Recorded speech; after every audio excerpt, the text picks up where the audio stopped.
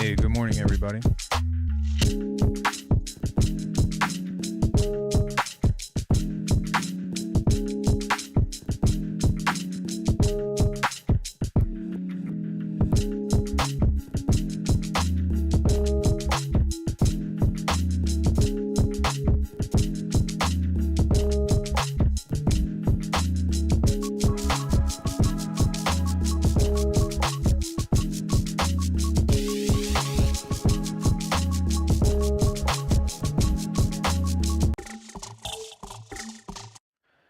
All right, what's up, everybody? Welcome to the channel. My name is Alckemy. Today, you, me, and the DAW are going to be getting down on some production. I'm going to be trying to implement what we did yesterday for some of the sound design bases and stuff that we made, utilizing the automation and stuff to have some fun. Seems interesting. That being said, before we do that, we have 2 quick play spells to get through. I've already left a link in the Discord that you can submit your 15-second daily submissions to. And yeah, it's just something that I like to do before every stream, just to warm up and get started. But we're going to be doing everything from scratch. I don't really have a concept, but I do want to try to get into making some kind of halftime idea or something like that and having some fun with it. So let's do the thing. First up, Loaf.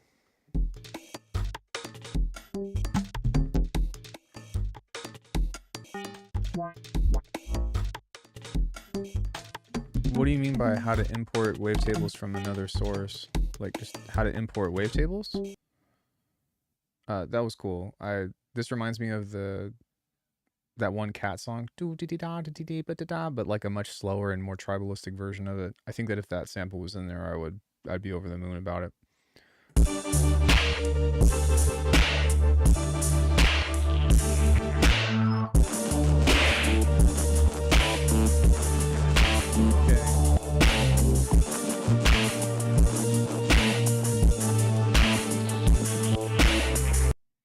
Cool. Yeah, dope, man. I'm glad that you seem to have solved your kick issue. Speaking of kicks, let's go ahead and open up with making one. Yeah, regards to wavetable, you just go wavetable, you open this up, and then you can just drag one in if you want. But I think that you can also go right click. There should be save smart collection, artist kicks, browser settings. Yeah, I think that you just drag it in, if I'm not mistaken. And then you can add it to the collection or whatever. But I do think that now that you mention it, it is a little bit cumbersome to... Oh, here we go. Yeah. Add sound current location, add music location, add plugin location. Click right on the black. No, you can just go to here and then here you go. And so with that, let's say I wanted to get my tables in there. We could go add sound content location, kilohertz, user wavetables, wherever that is.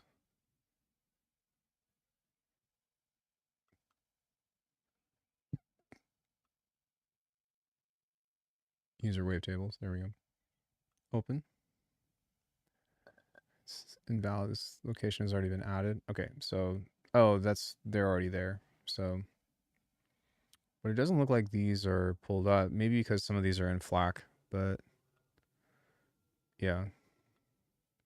I think they have to be in wave. But yeah. Are you're saying how do you import FLAC? I think you have to export it back into, or you have to export them in wave.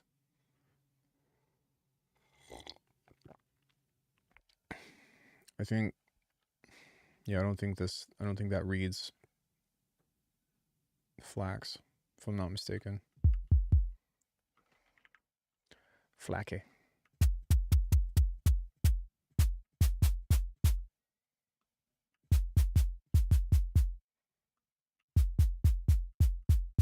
There we go. Let's go here. We're going to set this to bipolar.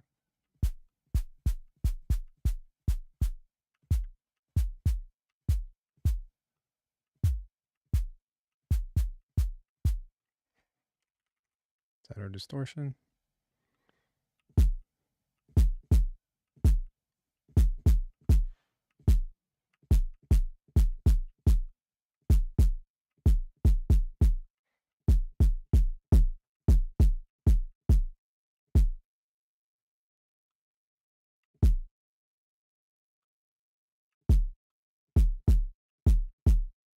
There we go. Let's give it some gloop. What's up, everybody? I appreciate that you guys come in and show up no matter what day or time it is. I always have somebody showing up that I know.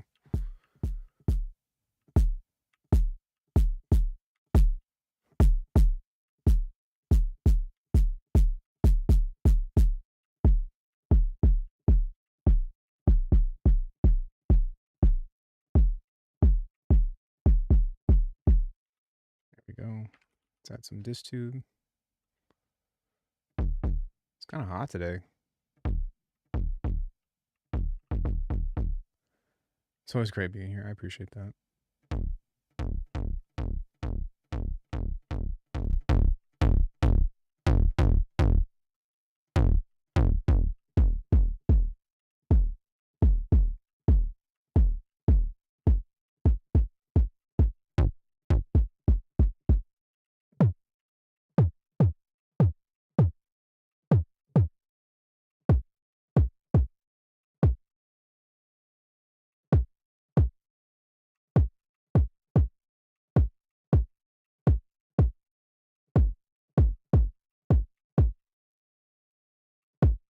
Playing a higher octave gives it a little bit more of a punch versus that. And I think that's going to help us bite through the mix a little bit better. Let's grab a fuse compressor.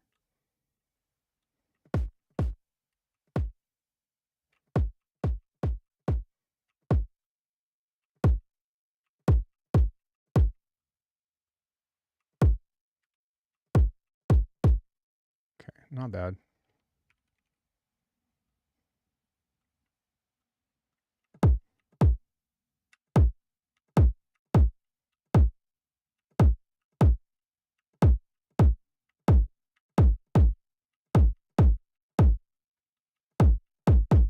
Dope. Now let's give it some texture.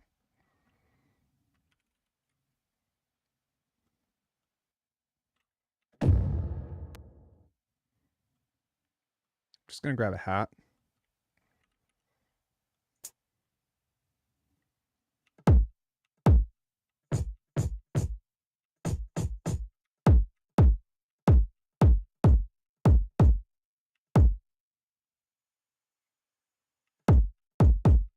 I don't even hear it, do you?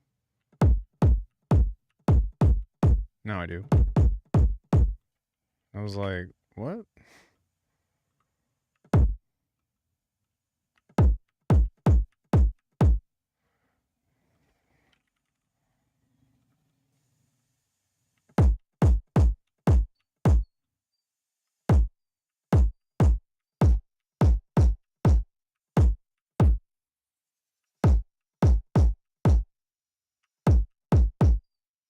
Hold on, let me let her out of the room.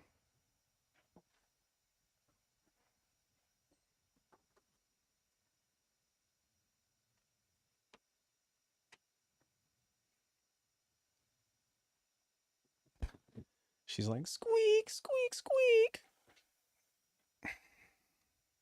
She's an angel.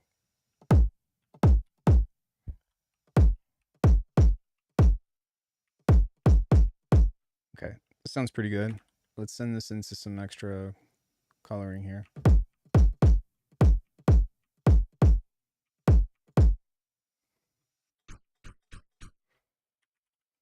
Let's do some distortion.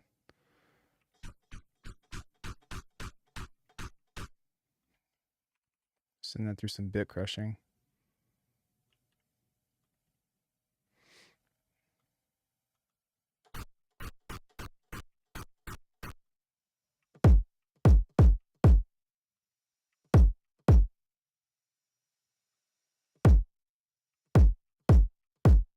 That sounds pretty good.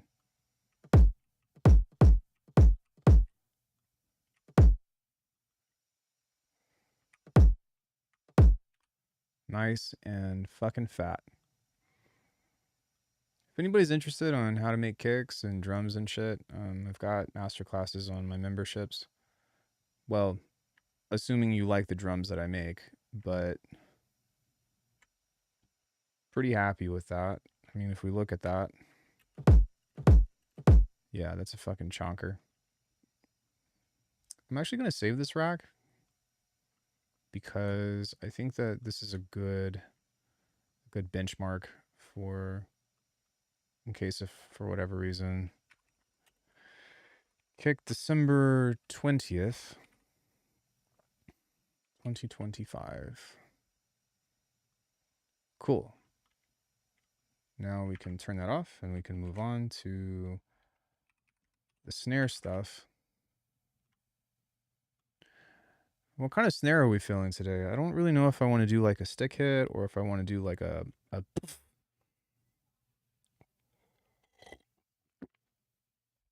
if I want to do a clap, or if I want to do them all. Usually when I'm practicing drums, I want to make them all just so that way I have options. Following a person called Keith Grossley talking about importing wavetables, a giant metal tube. Do I want to do heavy like that today?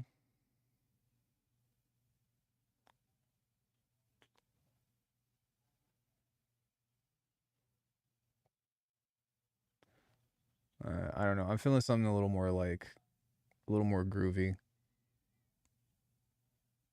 I'll tell you what. I'll do it, but I'll do it later. I don't want my initial sound to be that. But I'll make one of those crazy snares that have the explosions. Which I have a video on Patreon of how to do the explosive snares. Let me see. These are down here.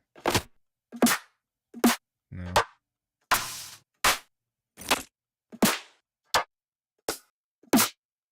They're somewhere in here. Yeah, those.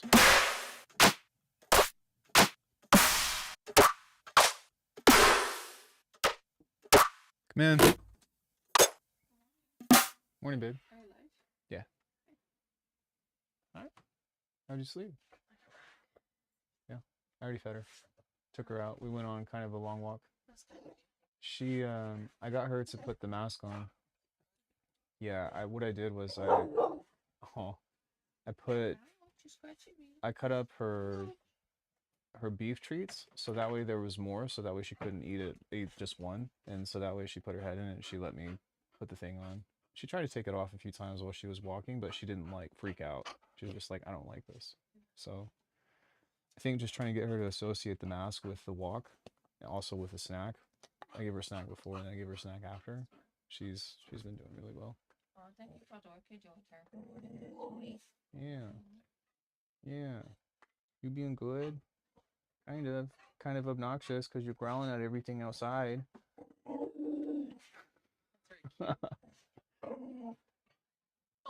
Yeah. Easy. Okay, babe. I love you. You need anything? Yeah. She did not like. No. Stop. Yeah, you be nice. Go on. Go chase mom. Sorry about that. Ancient wubs from Atlantis. No, I meant as far as like what kind of snare do we want to do? I think we're just gonna do like a run of the mill, like noisy, like, but maybe on the lower region of things. That's kind of what I'm feeling.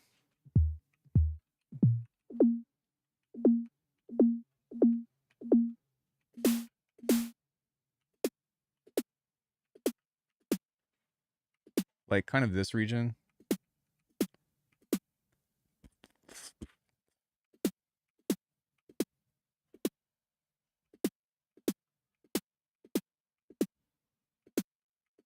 Yeah. Yeah. Cocoa butter. Yeah. Spectral and high. Horse and buggy snare.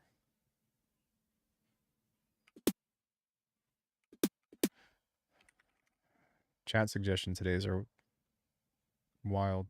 Chat suggestions today. Chat suggestion today's.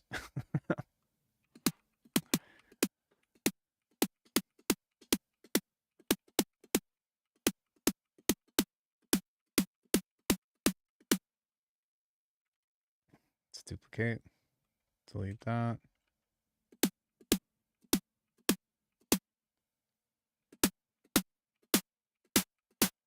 Need time thing.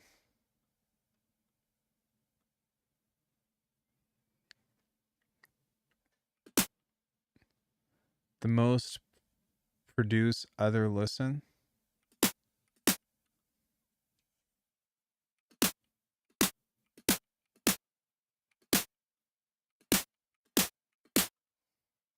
What? Huh?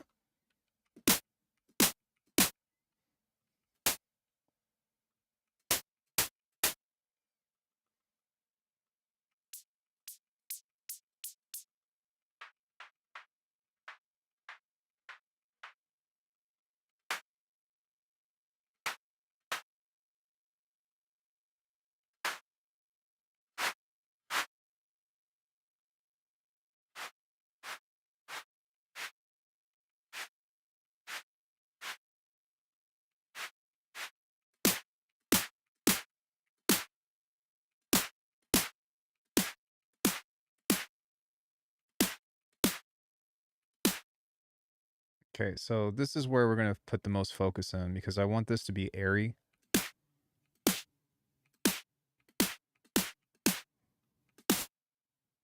And maybe what I might even do is set this to stereo.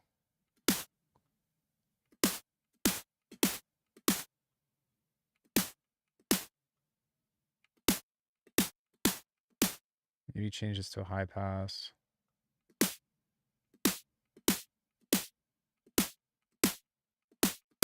Let's try that.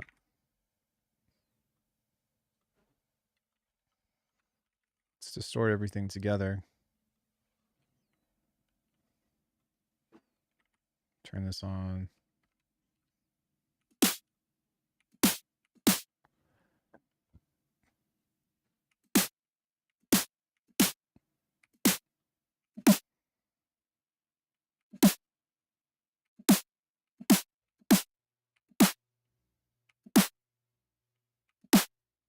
That sounds pretty good, actually.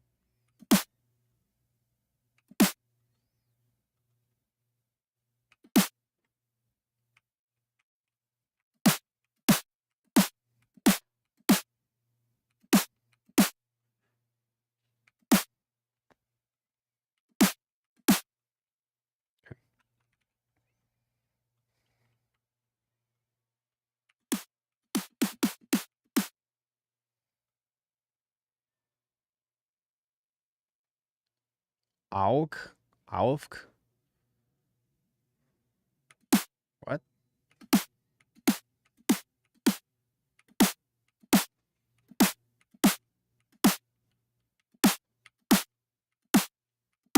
Okay, so one thing that I don't want this to do, I can hear it every once in a while, but sometimes I feel like the square is super prominent, and maybe that's from the phase rotation. I don't know if you all can hear that or not, but like that time it was super resonant. Sometimes it's not. Sometimes it's a little bit noisier, but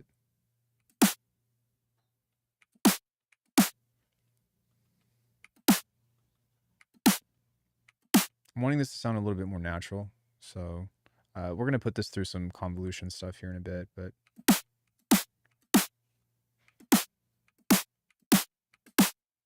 that's, I think, more so what I'm looking for.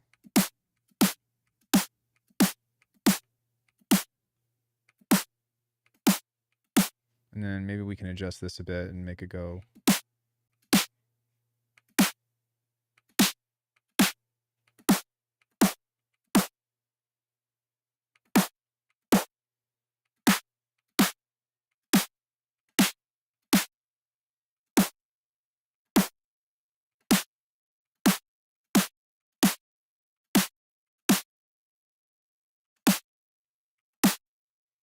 Nice. Transit control. Just a little bit. Pull back off of this just a little bit.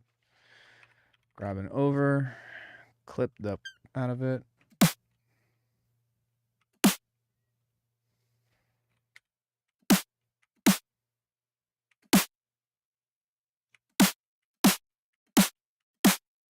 Nice. Cool.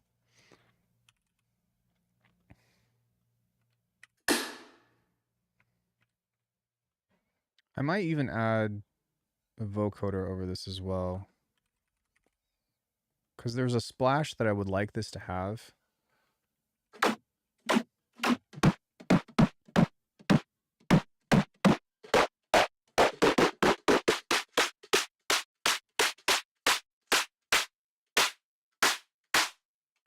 Kind of like that, but just turn it way down.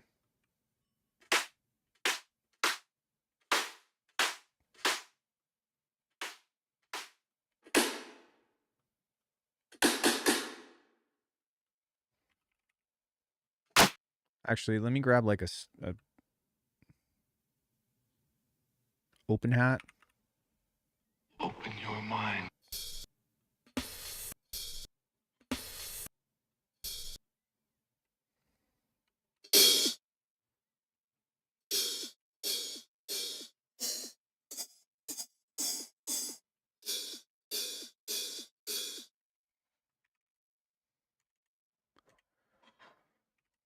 Pro Q. Hey.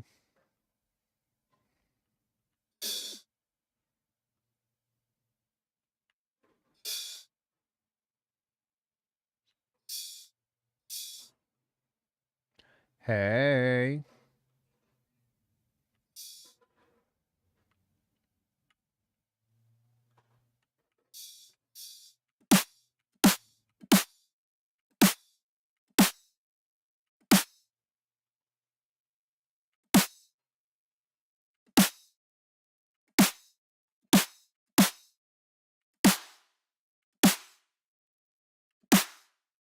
Any plans for the holidays? I think Corey and I are just gonna watch Stranger Things. Hey, hey.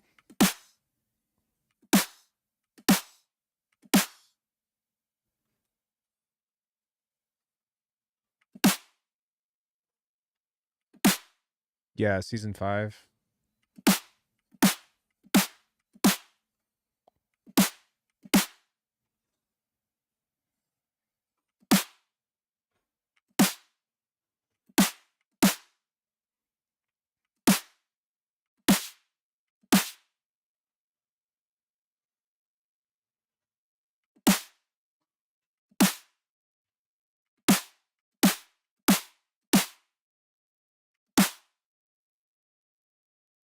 Wait, how loud was that? Okay, that's about right. Yeah, what about you guys? You doing anything?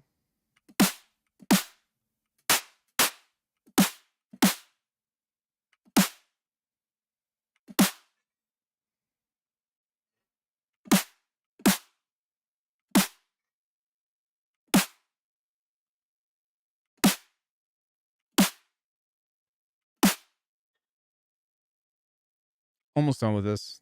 Just kind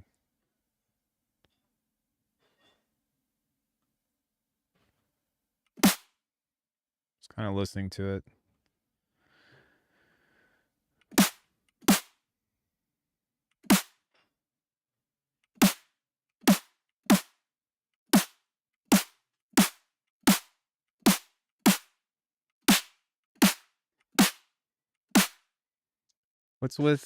What's that device with the red curve? First time seeing it. Been using Bitwig since forever too. This? This thing?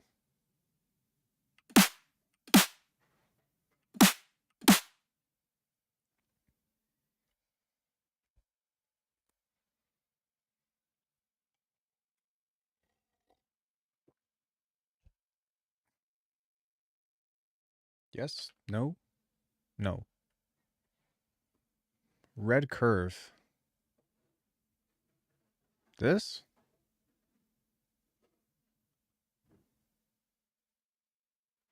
What else has a red curve? Oh, this? This is the convolver. Yeah, this is their convolution reverb. And this little thing is just the tail. Yeah, it's just a convolution reverb. I think they introduced it and like I want to say version 4, some iteration of that. Hey, what's up, dude?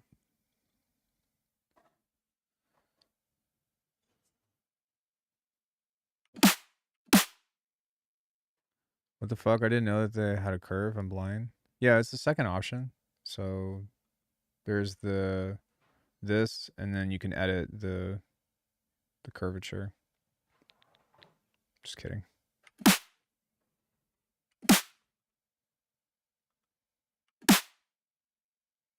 Try to control the tail of this just a little bit more.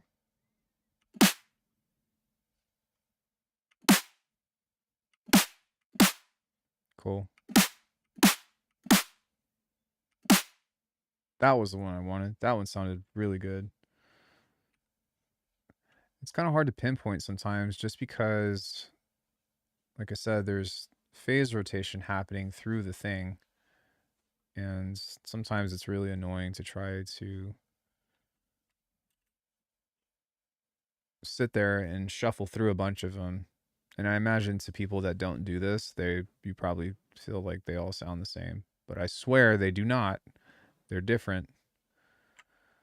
I'm not crazy. It's actually cool. I've been using the kilohertz one because it has the fade out. Guess I'll be using this one now. I use both. They both sound just as good, but part of the reason is that they have a faster access to different impulse responses. And so sometimes I might just be like, all right, let me just grab the convolver, or let me just grab the kilohertz version, or, whatever.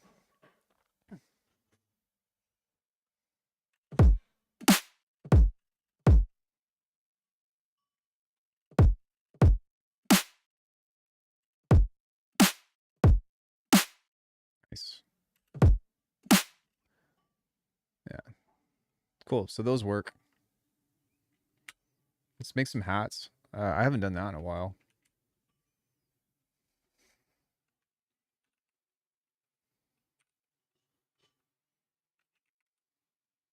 So I'm not really in a rush to like get an idea started. So what I'll do is oh god. I'm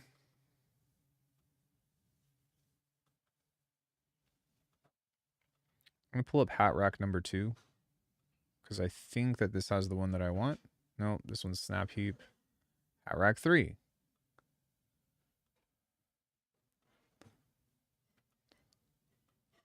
There we go. Sick. Okay. So let's just grab some hats. And then I'm just going to put new ones on each one. Hi-hat gen is nice. Yeah. Let's do that. Sounds good.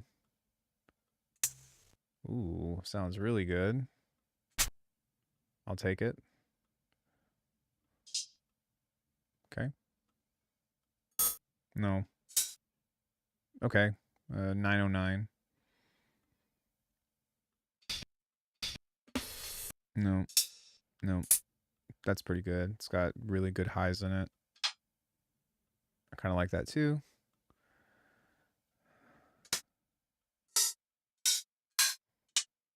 That sounds pretty good. Trying to make sure that I stay on the short ones, if possible. Hi, everybody. Thanks for showing up, hanging out. We're in the midst of making hats. I just made the kick and the snare. We're going to make some different hat variations here in a minute. That sounds nice. And then I am going to make some bass. That sounds pretty good. Hey everyone, do me a favor and make sure that you all have gift subs turned on because I've been meaning to do this, but I've got 10 gift subs per month that I can give out courtesy of YouTube, and I wanted to make sure that you all had an equal chance to do it. In fact, let me finish doing this,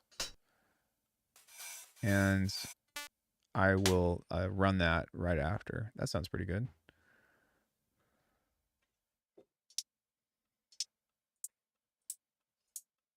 Almost all of those sound the same.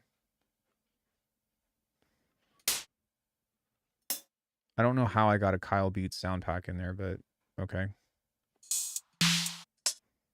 Ooh, that sounds nice. Ooh. Ooh, delightful. That sounds good. Last one. Sure. Let me save this.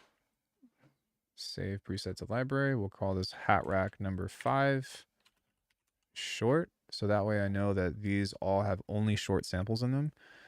And what I have with these devices are basically all of the hi-hat. What are you... Hey! What are you doing? Hey! No. Stop. Should have sampled that. Yeah, so all of the Bitwig devices in here, which you could always do this with Polymer, with white noise and FM and stuff anyways, but this is just super convenient. So I have randomizer set on every one of these. And every time I hit this, this is going to toggle between one of these sounds, and then it's also going to toggle between one of these convolution impulses, which is nice.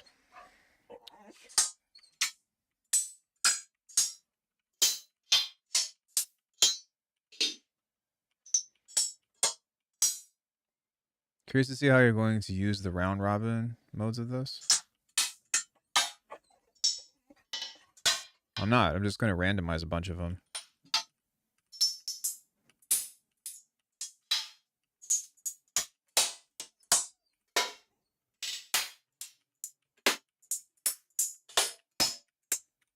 Perfect. And so now through all of these, we just put them in here, and now I've got 50 new hats.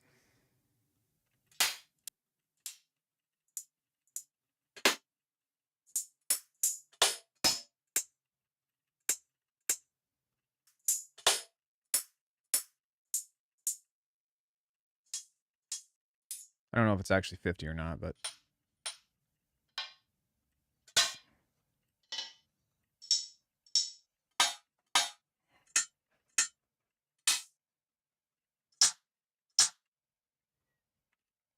this one is my favorite. So we'll pull this out and we'll color code this a little bit different. Oh, this is still being ran through the effects as well. So I'm going to need to move these to a new track because they're going to sound different. I thought they sounded a little bit blasted. Turn that off. Turn this off. We can grab our instrument makers over here and just go group. Turn that off. Nice flow I've learned here. Yeah, that way you just make a bunch of different things. I have a video on how to do that. And so we can just stretch this now. And something else that I've noticed that is sometimes fun to do is... Oh, I was like, what?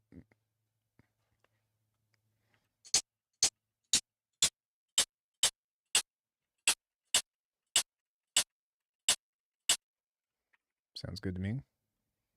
Just EQ that out.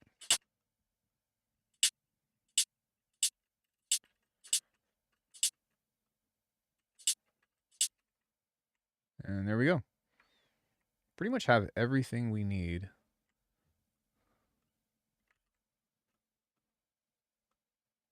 to get a beat going.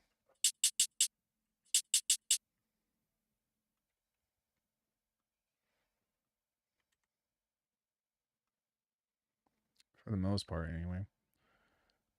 We can just take this and move this out.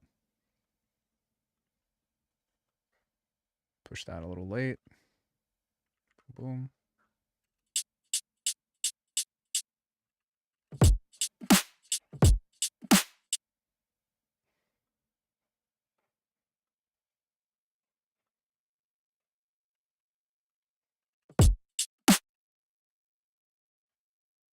Want this to be a little bit more fucked up.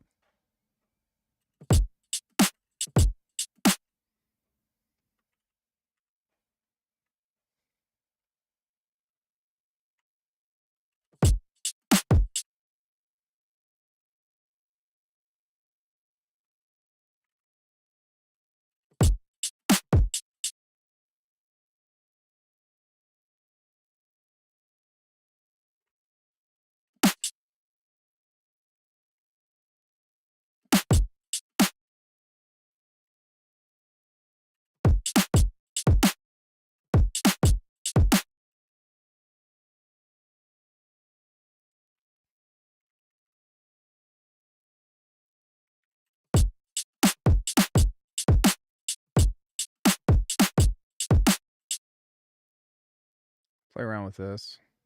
I'm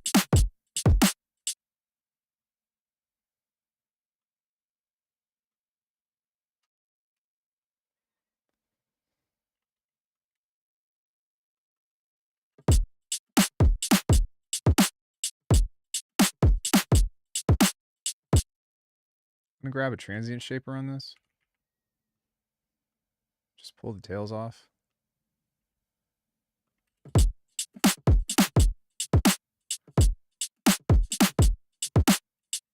I haven't tried shaper table yet. I imagine it as an exotic amplitude modulator. Why do you call it an amplitude modulator? Go to the store to buy vinyl and just sample, and after that, don't sample crap. Huh?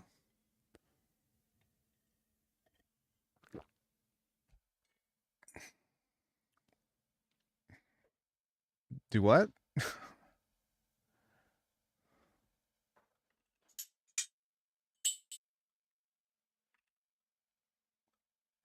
Are you saying that I shouldn't make my own drums? Bitwig, please.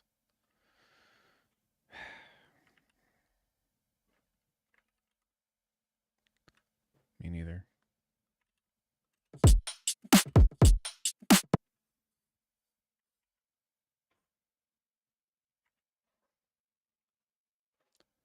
I don't get it either.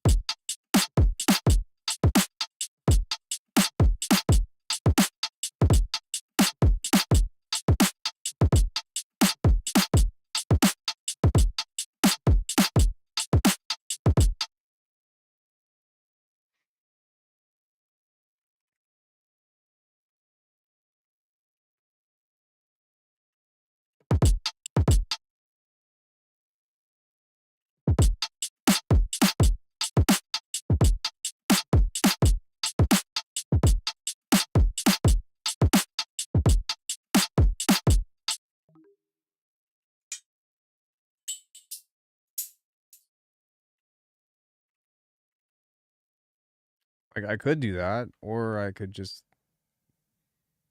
make my own.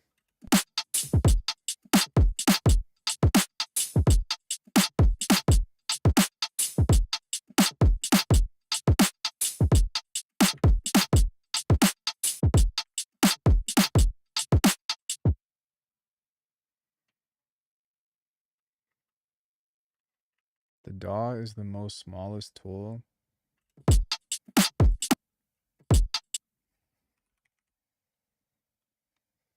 You're just full of opinions today.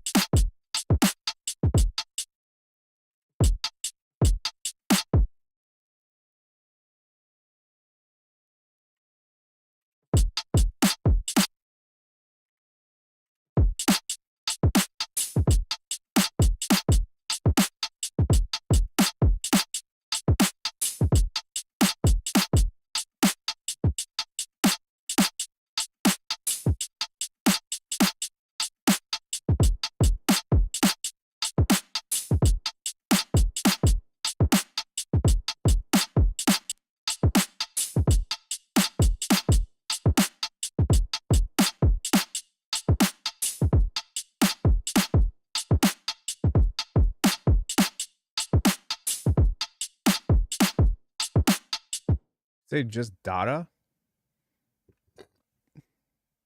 What is data? Are you saying data?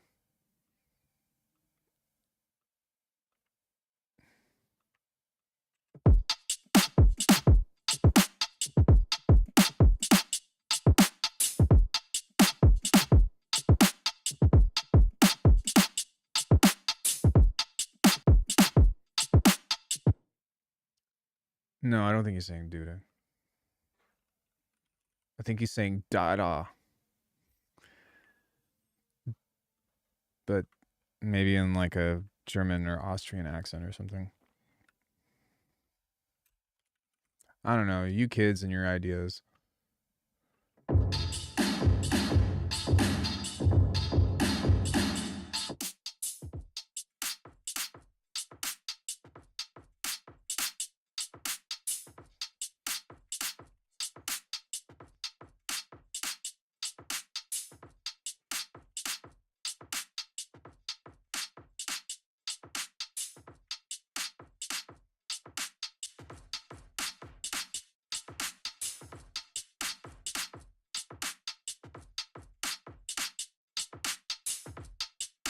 You mean some people don't like to steal? Is that what you meant to say? Not use Bitwig yet? It's on my to-do list. If you're familiar with Ableton, you're familiar with Bitwig. It's almost the exact same thing.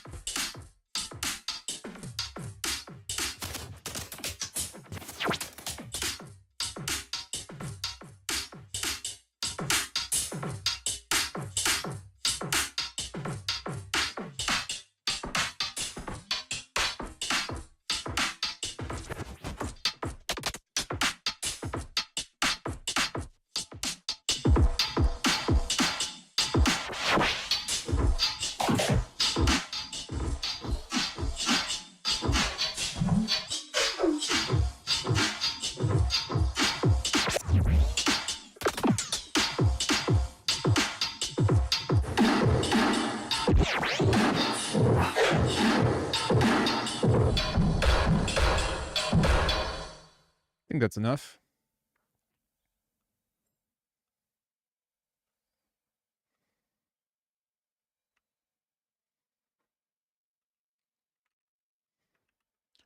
I was talking with someone the other day about Ableton versus Bitwig, and he was saying Bitwig can never catch up to all those Max for Live devices. Catch up wouldn't be the word I would describe, but he's got a point. But how many people use those? And I mean, also now that the grid is a thing, it's I think that the grid versus Max for Live should be treated as an entirely separate thing, because what most people use Bitwig and Ableton for is for making beats, you know? And as a beat making software, compositional software, digital audio workstation, whatever, they're like 90% the same.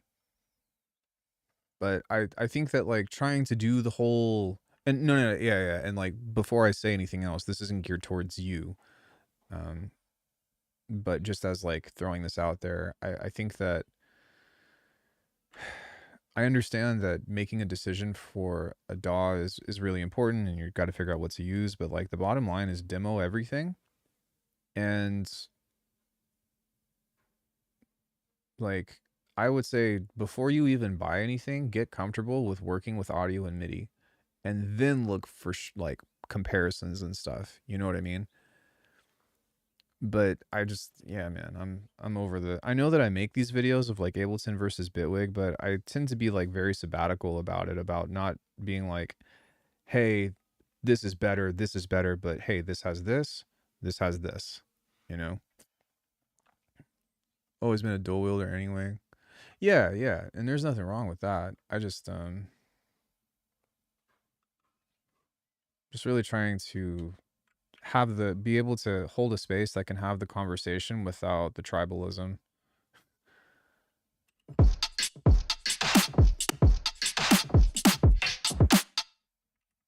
That's fucking sick. Maybe not the whole thing, but Ooh, man. Well, goddamn.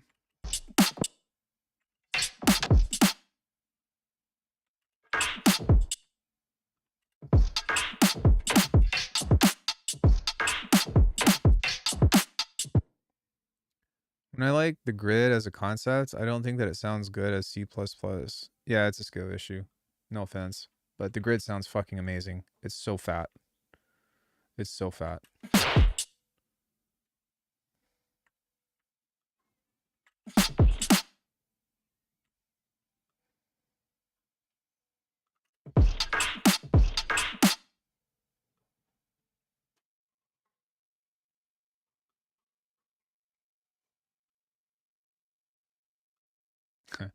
Corey's playing jazz music in the background. It's extremely calming.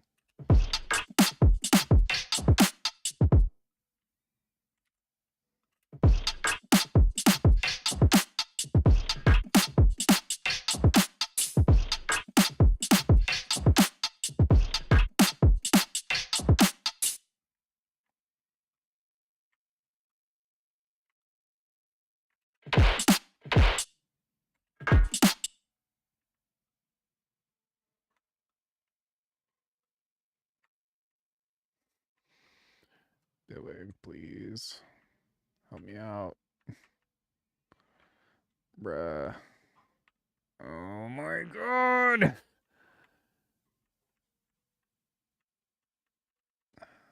Fuck.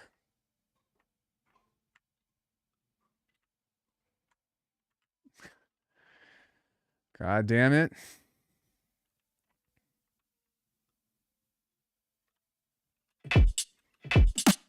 Think Billy Grid sounds better than Phase Plant? Yes. On paper.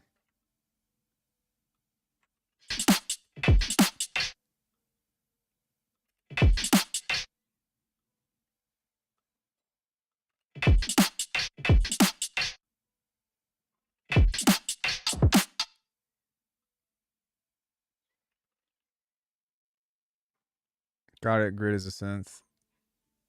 Why not only use Billy Grid? Is it your skill issue then?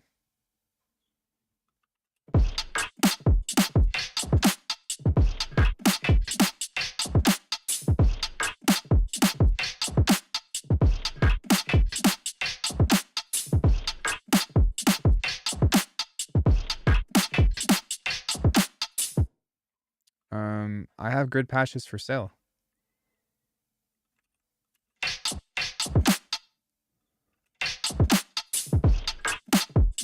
I don't use the grid a lot because it doesn't have like certain effects built into it. Like, and the workflow aspect of it is not my favorite. So if you want to move a compressor from one grid patch to another, you have to like go through this laborious thing to get it in and fit it in the right routing placement. If and when Bitwig adds grid racks, I will use it a lot more. EQs, actual reverbs, like a lot of the native devices that I would like to see in the grid. It has a lot, like it's got the filters and the saturation and all of that, but yeah, Bitwig, yeah, we need grid racks. But no, the DSP is not the issue. I've made some very, very complex things in the grid. Like, for example, my FM synth. I'm very proud of this. It took me fucking forever to make this. But,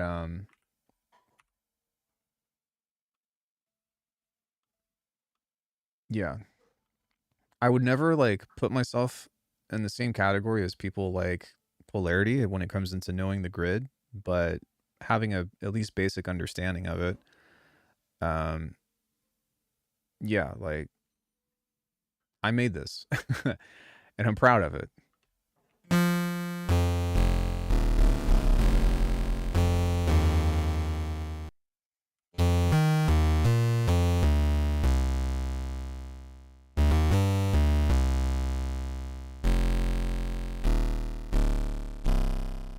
Yeah, it's got everything. Wavetables, a matrix,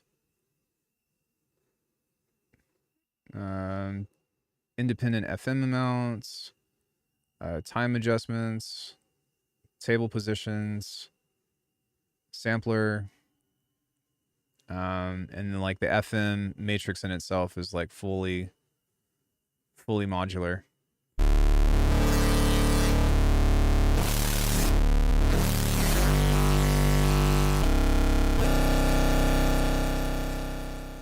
Can also turn the whole thing into a Reese, of course, which is nice.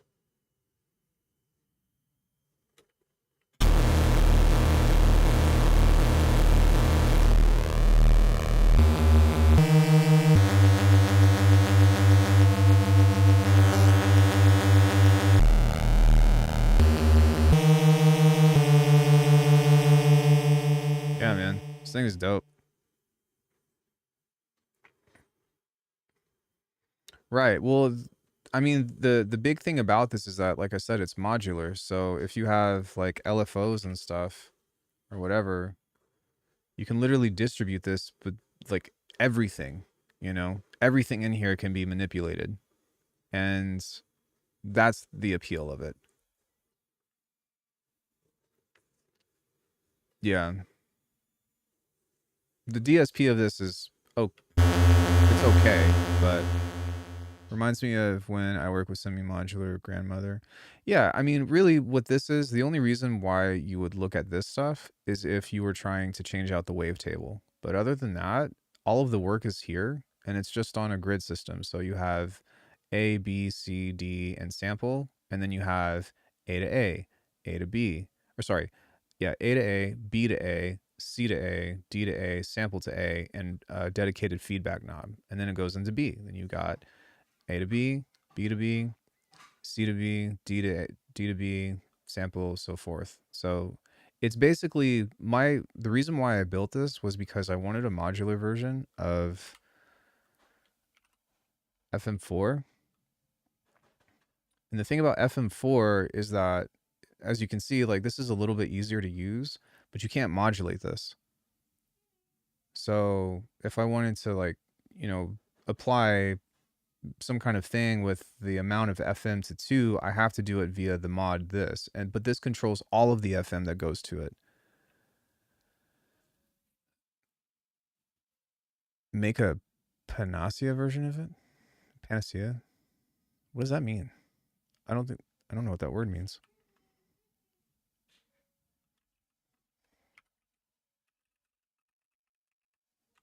I love when I learn new words. For all difficulties or diseases. Yeah, basically. Okay. Solving the problem.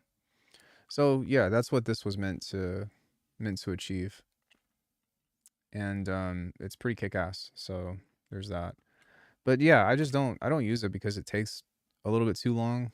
And for me personally, I am trying to get the best results with the highest quality as fast as possible. And I kind of have to like make a point every time I talk about like making stuff and why I do things the way that I do. But it's because I'm trying to make music, and the more technical hurdles and stuff that I have to jump through, unless if I have a very specific reason to chase it, sometimes I do. For the most part, I just want to um I just want to be able to make the thing, make it sound good, and then get it into the DAW. Am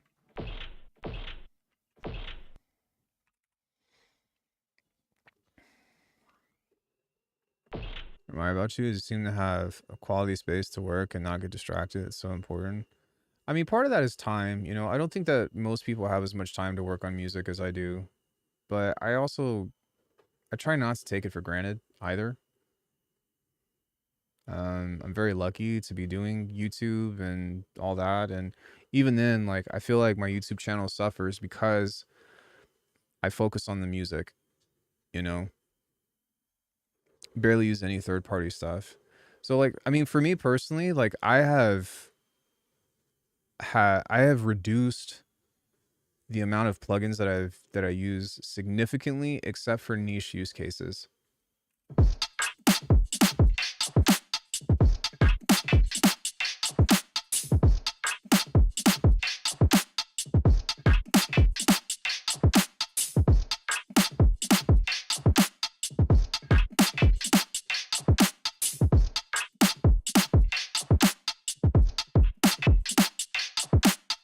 That's a sick beat, though. I'm pretty happy with that. Let's grab an open hat. Or actually, let's grab another one of these guys somewhere in here.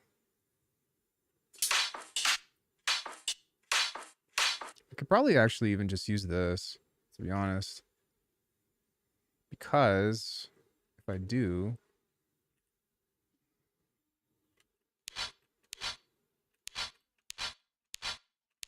I can turn the sidechain off for a sec. And we're just going to... Okay, there we go. We're going to change this into something that's a little bit more noisy. So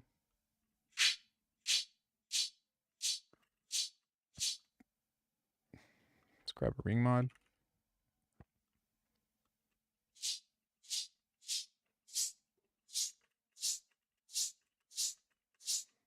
Send that into DistTube. I would also say the other really huge advantage that I have is the collective team that have taught me everything that I know and the hours. The question becomes, why are people there sometimes for the social aspect, you reckon? You think it suffers from that?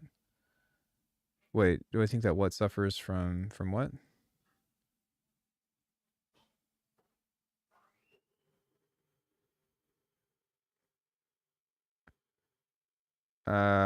Wait, what? Try again? Sorry.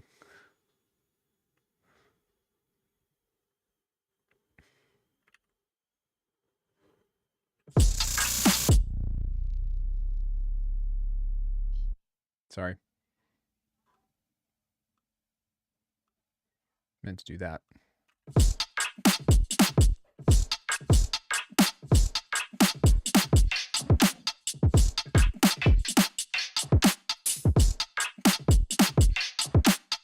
Oh, well, it's because like when you make tutorials and you're an educator or whatever, like you separate your audience, you know?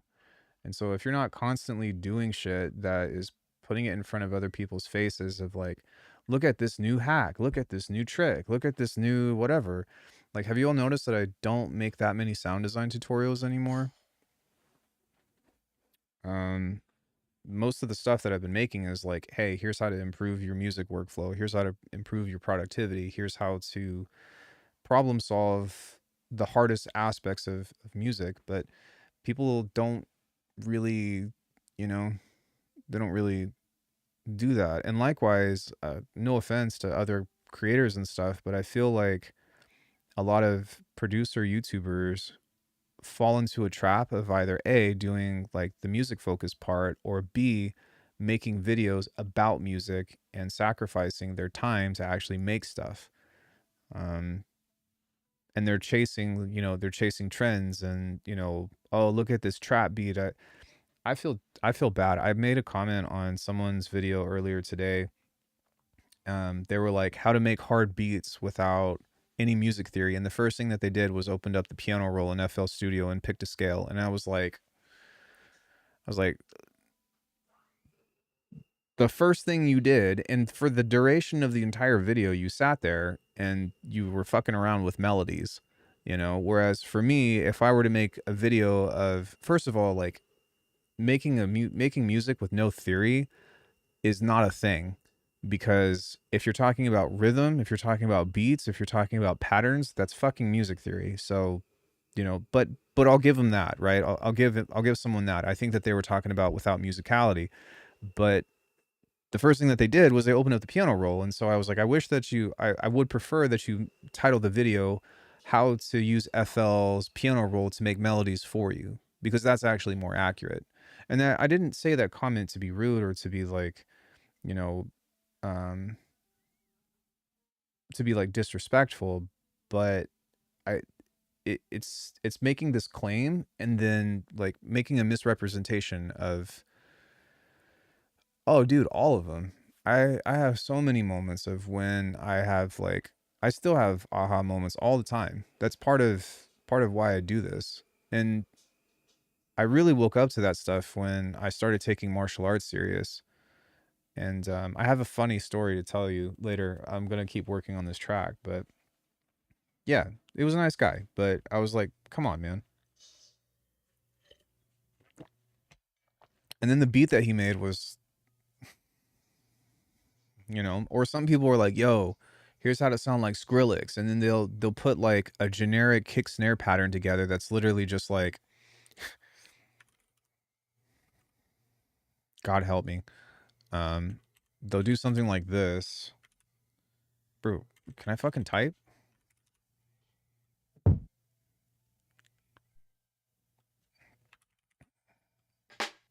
Something like this shit and be like, okay, check out this beat I made. It's hard as fuck. And it sounds nothing like what they claim. And it's because like they get caught up in trying to chase the views and chase the no, don't apologize. I'm just saying I'm trying to I'm caffeinated to hell. I enjoy the conversations, but yeah, it bothers me. Um I can't help it. It's like I have the same issue with martial arts experts, especially the Jeet Kune Do world. I'm an instructor in Jeet Kune Do. I've been doing it for almost 15 years. And whenever I see these people posing on the internet like Bruce Lee and being like, oh, and then like the whole comment section is like, wow, he's sick as fuck. It's just like, fucking God. Oh my God. Oh, dude. So, what can you say? Yeah. Well, you guys know I did that. Was in Cirque du Soleil. Um, yeah. I'm a fucking ninja. Long story short, but actual. So sad that Hoffner gone. Who's that? Hey Django, what's up, dude?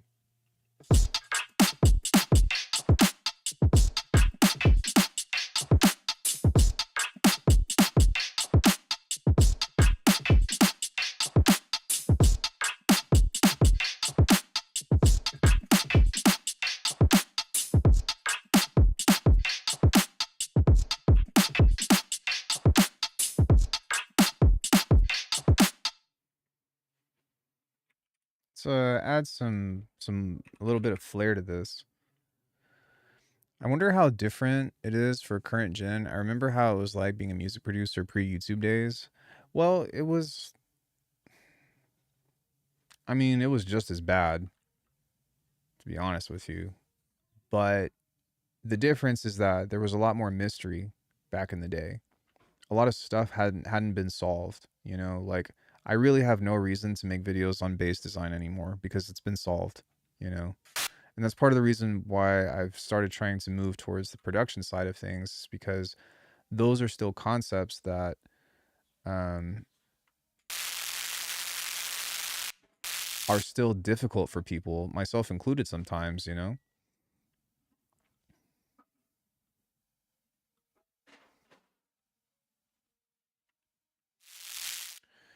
views to my edited videos tanked when I started streaming. I should have used this personal account instead of my main channel.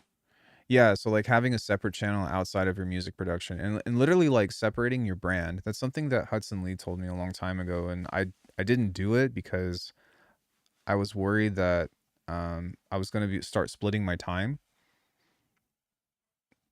But yeah, it's definitely like it's hard, man. I just don't. There's a lot of things that I don't understand about the world today.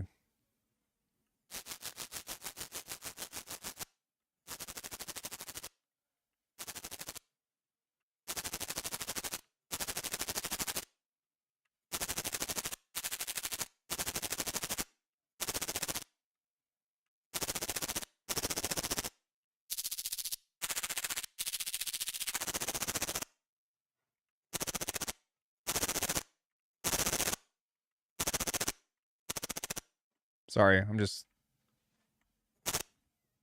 just trying different things.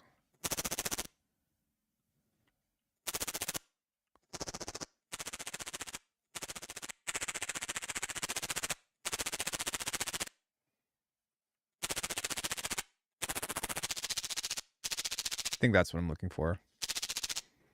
The huge philosophical picture of production haven't been solved yet, IMO, and I don't think that ever will be, because like that's really where like the ambiguity and the artistry comes in, right? Because there's so many different ways to do things, and that's why I enjoy making videos about it, because I can talk about my experience, and then I have the music to back the experience up.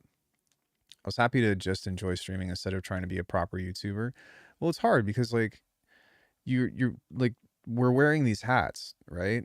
And you have to, if this is what we're doing full time, at least for me, like for you play shows every once in a while, right? Or hopefully more often than every once in a while. I didn't mean that to be disrespectful, but I don't play shows. You know, this is my show. And so because of that, I rely on the algorithm, unfortunately, and also like the kind of content. So you have to play into it at least a little bit. But if you don't have something to supplement that, then sometimes you get pushed into that corner.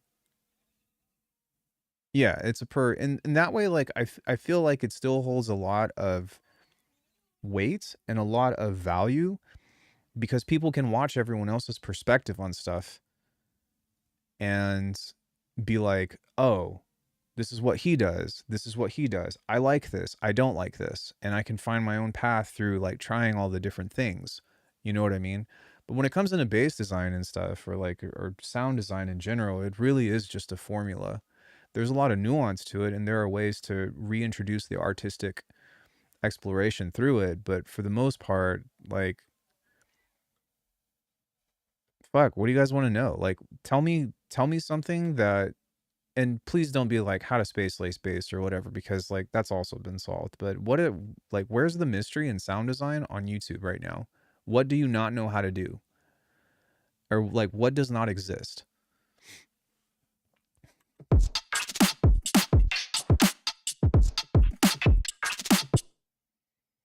think that I'm going to back off of this.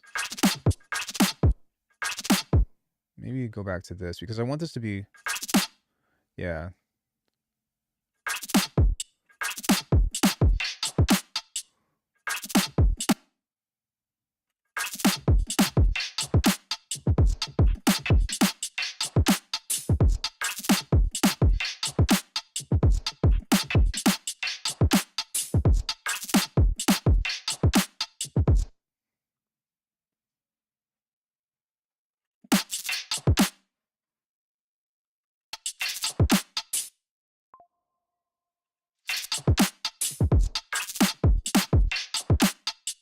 That's the front gate. Hold on, guys. Give me 1 second. Oh, never mind.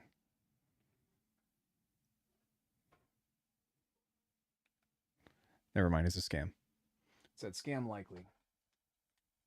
It's the most annoying thing about using my phone as a webcam is when I get phone calls and shit.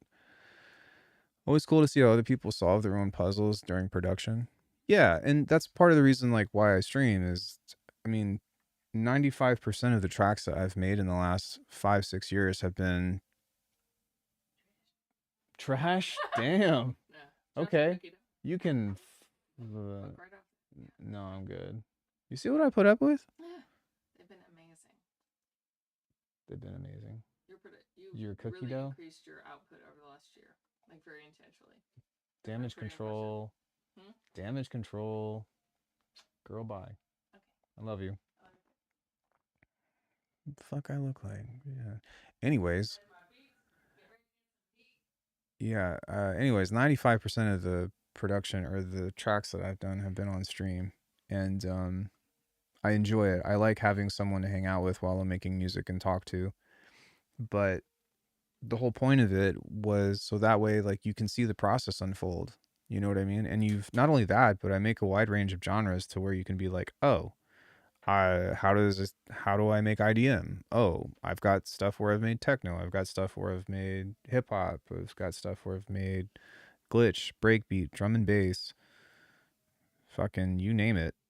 Maybe not country step, but you know, at a certain point, you start to realize that the genre doesn't matter. It's really, okay, what is the process? Do I go into writing chords and melody first? Do I go and write drums first? Do I start doing bass design? Do I do that? And a lot of the times, I have tracks that do all of that shit.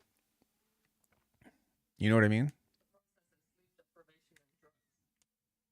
Maybe minus the drugs. Does Alchemy get high as fuck on stream before making beats? Never. But at least to your knowledge, no, I don't do that shit. I'm not into it.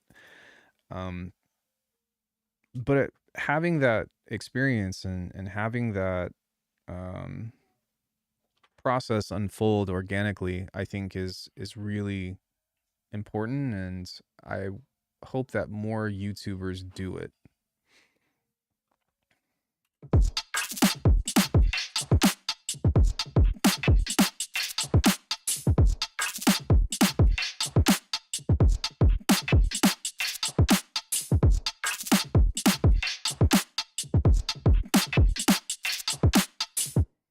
Cool. So we got a cool little beat going on here. Let's get into some bass design now. And what I'm going to do is follow a similar template to the thing that I was making yesterday. And if I can't pull it off, then I'll just do that again, or I'll just pull up that track. But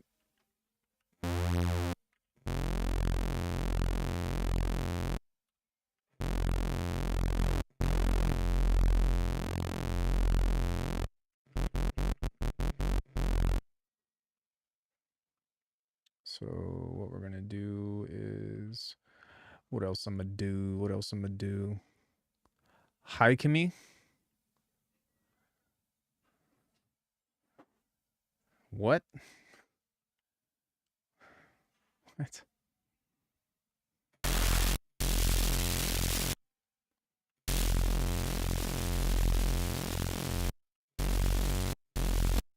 We're going to be a little bit more reserved on the distortion this time.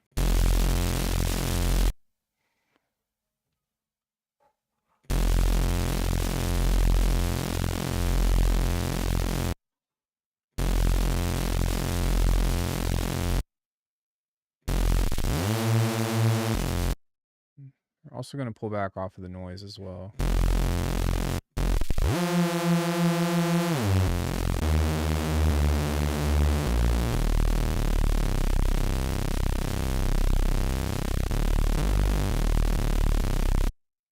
Cool. Let's grab a new group. And go like this. Like this.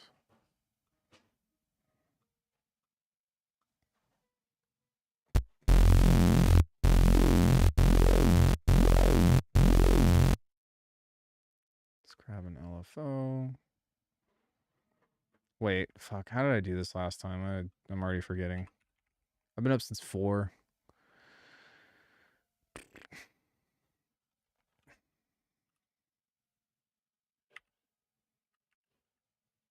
Load a polymer ghost?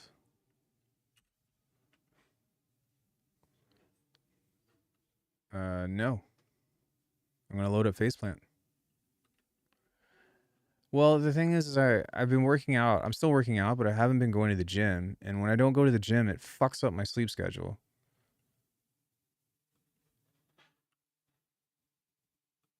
And that's the problem. Oh, I guess I just set up some filter routing like this and did everything by hand for the most part. Oh, okay. Yeah, don't overcomplicate it.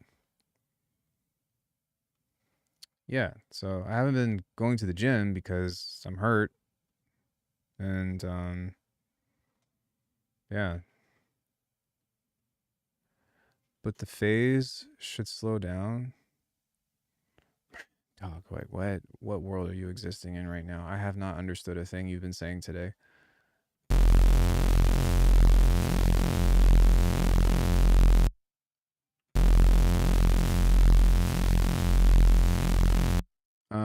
I didn't like hurt myself. It's like an accumulation injury, but I've got torn cartilage in my left knee on the trochlea. And I also suffered another injury some time ago to where my femur is pushing into the patella plate. And so that's exacerbating the issue. So I've been waiting for the doctor to give me some hyaluronic acid shots in my knee, but insurance takes months for that to go through. So I'm just waiting to get an injection.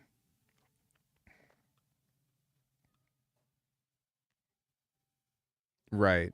And so what I've been doing was I've been biking a lot. I have a pull-up bar right here. I've also got a Nordic bench to try to stay strong, but what ends up happening is my explosivity ends up suffering because I can't do any like sprinting or like jumping or you know what I'm saying? Shit like that. So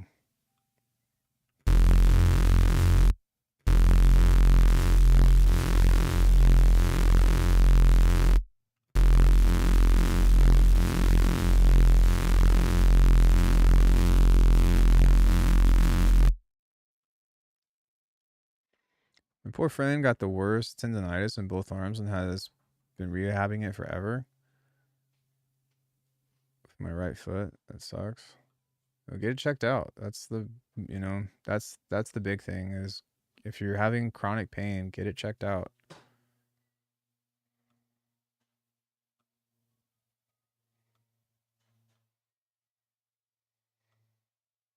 Says the guy who didn't go to the doctor for years. But maybe had I gone to the doctor the first time my knee started hurting, then we wouldn't be having this predinky mink, would we? I didn't think so. Or dentist. Yeah, I avoided the dentist for years. And I'm glad I don't do that anymore, and I'm definitely on the right track for stuff, but yeah. Don't avoid the dentist unless you want pain.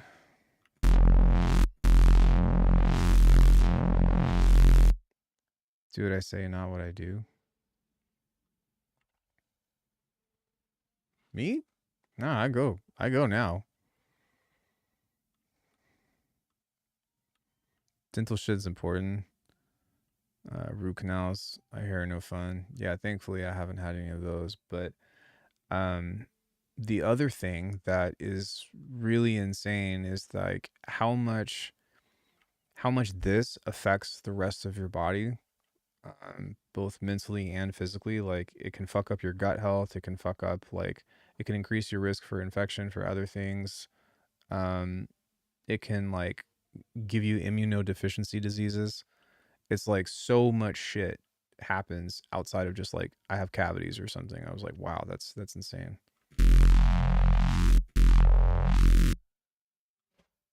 Pretty fucking crazy.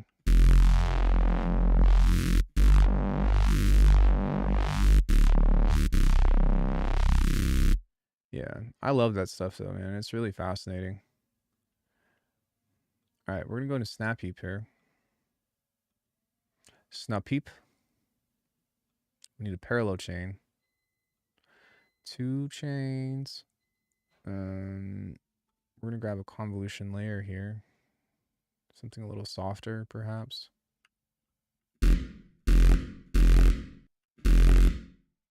Filter this out. I'm gonna grab a gate.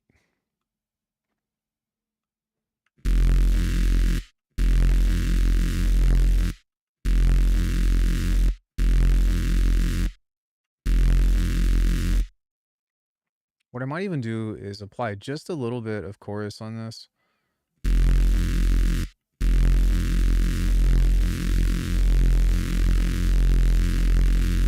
Let me see what's going on in the stereo field. And that was something that I wanted to do while designing this, was I wanted it to be a little bit different. Yeah, that sounds pretty nice than how I did it the last time. I meant to ask you, did you do lessons with Frequent? Yeah. Long time ago. I floss like a motherfucker. Dude, water pick on top of floss. What was that? What was that? What was the? It's like, did you fart? Fuck. The fuck? Yeah, dude. Fucking water pick is so goated. Just blast it. Like I use it on the highest setting, and it's good shit.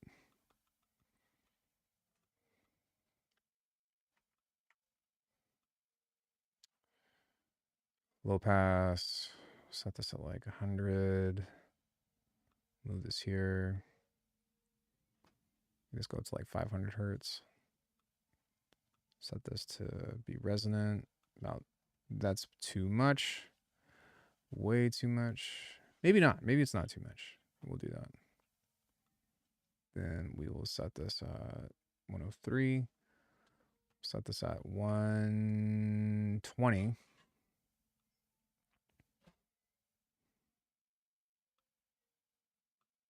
Move this up to like 1K. Parallel chain. I don't know if I want to mess with the resonance on this. Yeah, why not? It's not going to hurt. I can always change it into something else. But what we're doing here is we're building a bass rack that is going to be set up for automation. And so having this here to 3. So low pass filter or low pass, high pass, low pass resonance, high pass. We need to label this, otherwise it's not going to show up. I'm going to skip this for now because I don't know if I want to label this or not. But there's that. And then what else am I missing? Notch, snap heap.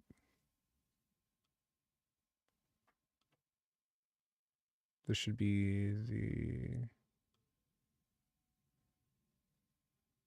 Did I add chorus on this? I guess I did.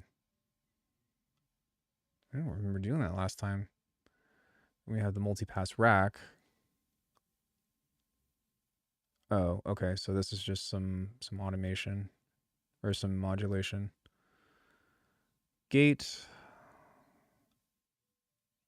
Clipper thing. Pretty standard. Saturator. OTT, saturator, gate.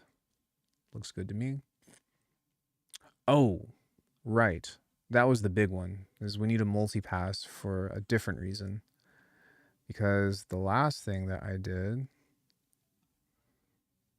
was this.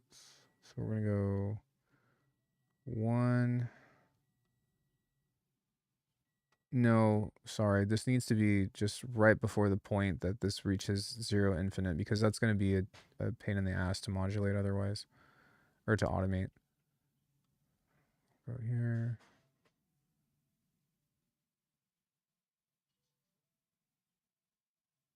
So, yeah, about 75%. So this was a trick that I recently picked up. I've been studying Cohen Sound's Patreon as of late just to do different shit. Just make a multipass guitar input. I've already done that before. But what this is doing is controlling the volume for automation. And by doing this instead of filtering, it's very interesting to see how much it changes the sound instead.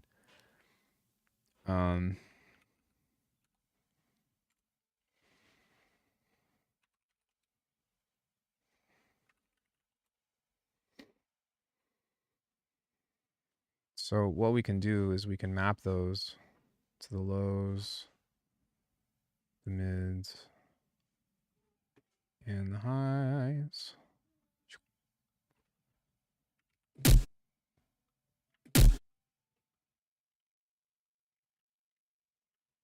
God damn it. Whatever.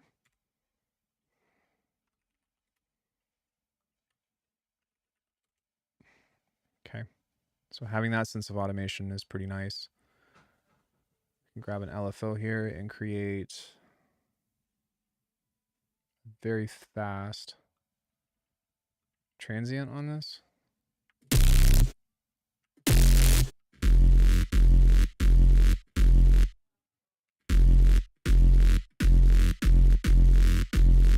Sounds good to me.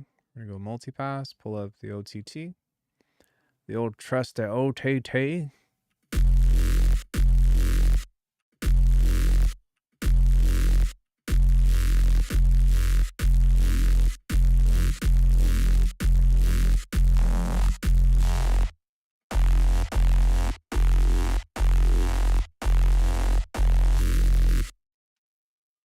Like it.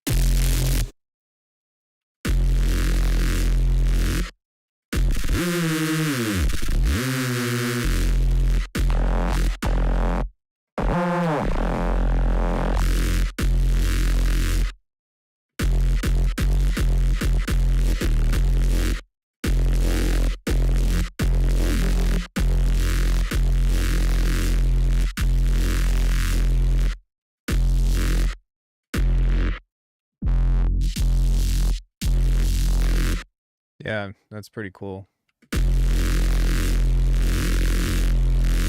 So I'm trying to think about some other stuff that I can automate. I mean, on one end, I suppose I could do this. Where we go like that. But what other like stages of these main things could I start to try to incorporate, I wonder?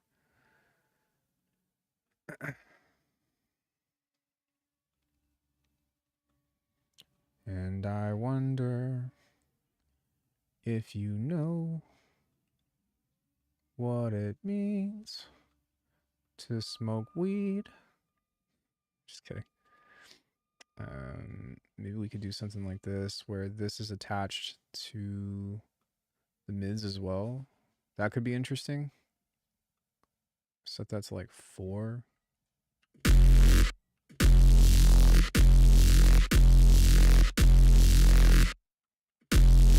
To be honest with you, I don't even hear the difference between that, to be honest. I just said to be honest twice, but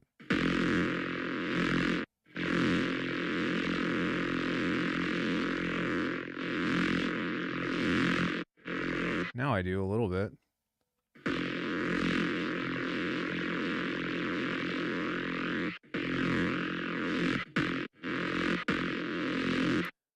Parallel chain with bandpass LFO. What?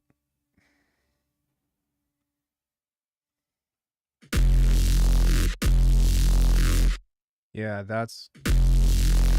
Now I can hear the Rari type thing, which is pretty nice.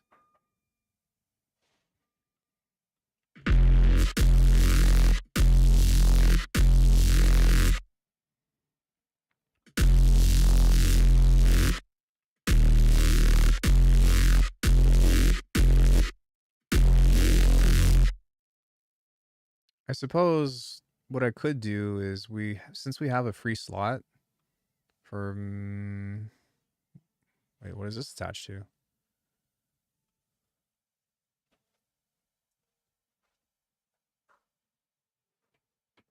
Huh?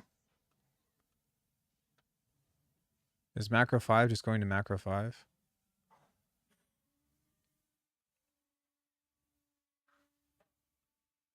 What?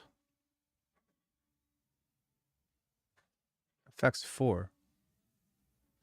Oh, because I set that up to be attached to the... Okay. Sorry. So what we'll do instead is we will grab this and we'll make a neuro thing out of this. Like a morpher, if you will.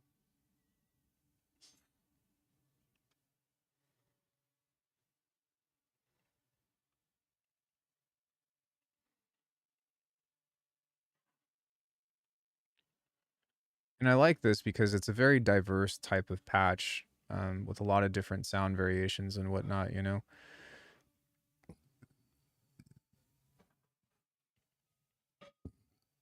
But we can make something like this. Do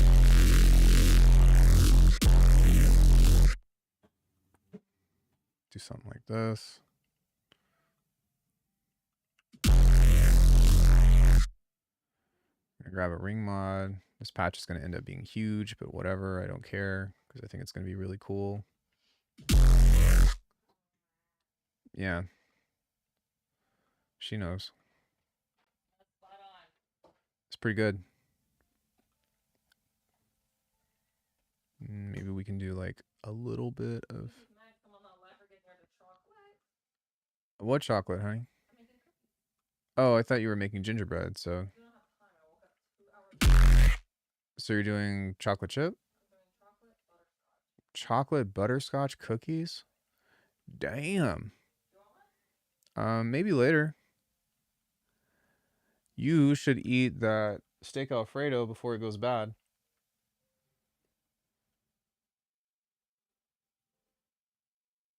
Did you hear me, sweetie? I'll eat it for lunch or for dinner, okay? Okay. You better.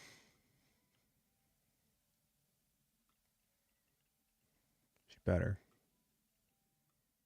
Unless she's trying to get beat up. Just kidding. We actually met at martial arts class. I was visiting town. Look at that. From... Yeah, that looks great. Oh, see, that's what she wants. I will not let her. Of course she wants it because it looks tasty and it smells great. She keeps bumping. I keep bumping into her and I keep I'm like, move. She's like, "Are you gonna... Dad always gives me snacks. What about you?" I only give her dog snacks though. So yeah, we met in martial arts class. I was in town and my colleague was running the school by then, and I was coming in for a guest instructorship class. And the first thing that she says after class is, "I heard a lot about you and I loved your album." And from that point on, I was like, "Wait, what? What the fuck did she just say?" It's like, you never hear that. 5 years later, here we are. We live together. She's pretty great. When she's not hungry. Don't tell her I said that.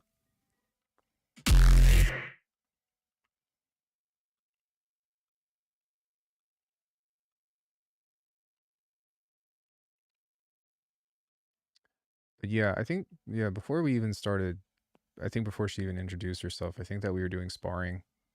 And so we had already punched each other and stuff. Well, it's more like I was doing the punching, but...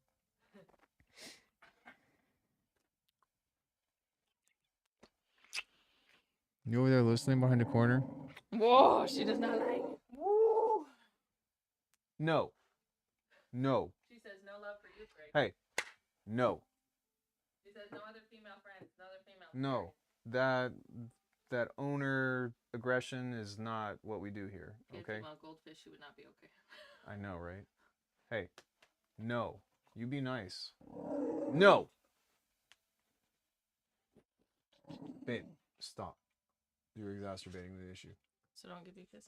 Well, let me address this first before, because she's focused on you. Oh. Excuse me. No. I don't like that. I don't need your help for that. You be nice to mom. You hear me? You be nice. Got it? Now say sorry to mom. Oh, you say sorry to me. As always. There you go. Maybe another time. Yeah. Holy crap, the neurobase is funky. Peter Griffin Dad, I love it. That's a great name. Thanks for showing up.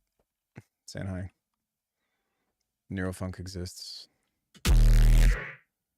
Yeah. Sorry, I tried to she's a really good dog, but she has a tendency to be aggressive towards other people if her and I are in the same vicinity. And sometimes she does that to me when I creep up on Corey, and so I'm really trying to discourage her from doing that because I don't like it. And also I don't want her to like she won't bite any of us, but I don't want to give her the green light to do that, you know.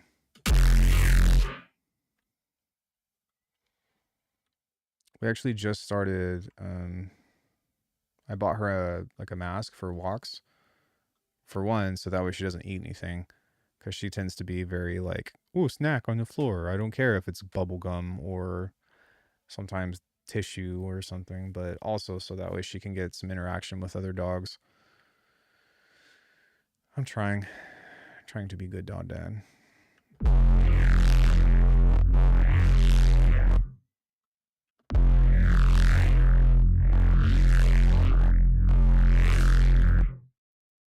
But she knows I love her.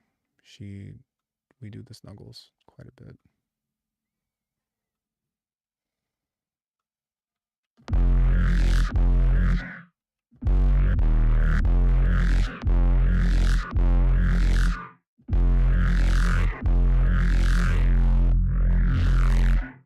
So what I'm going to do on this is try to run this through this guy. Set this to be really slow. And have this tear through everything, but I'm going to put it before everything else on this.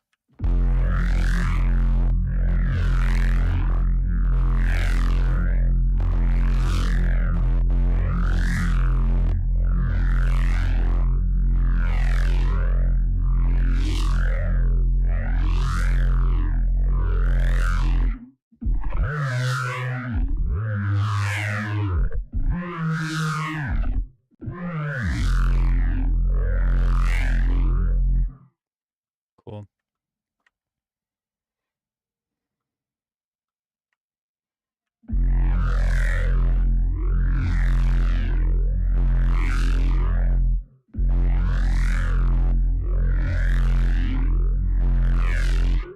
Something else that I need to do on this, as you can hear, is control the lows, because right now they're so loud that Control the hose. control the lows. What's your second rotation? Wherever the hose at. Love you. You have personal bodyguard at time when you do not need it. I know, right? She doesn't know who the fuck I am. No, just kidding.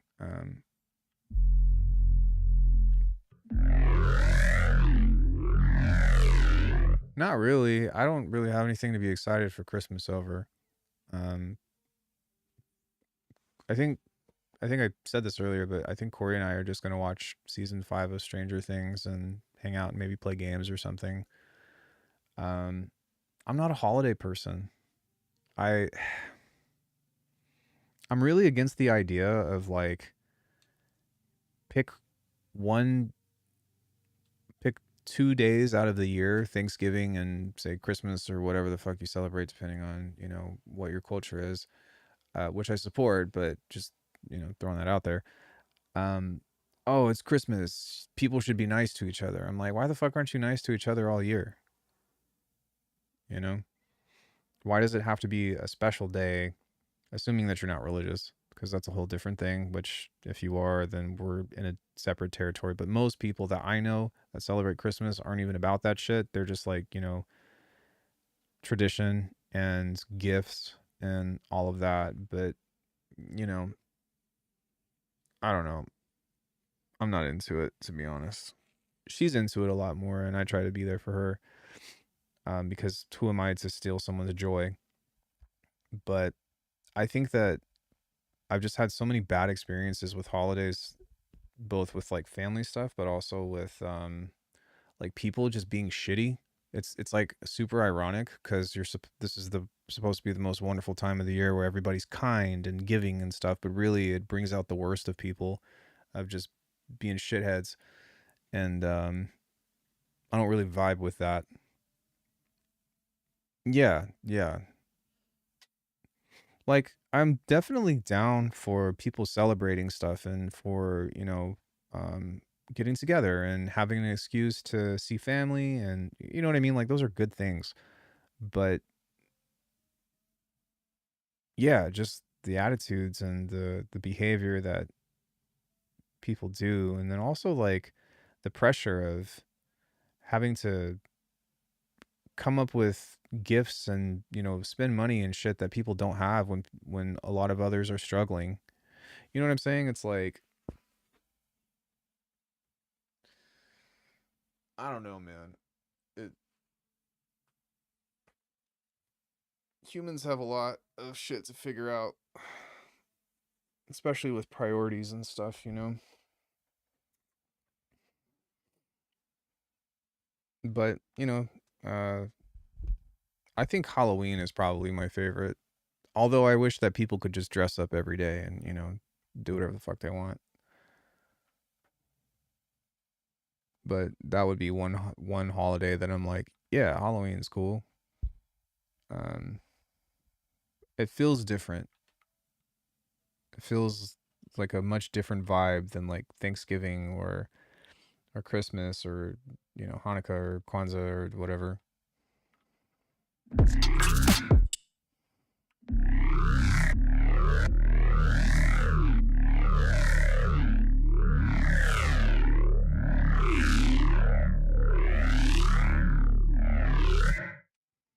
I had a point to this story, but yeah, that's just how I feel.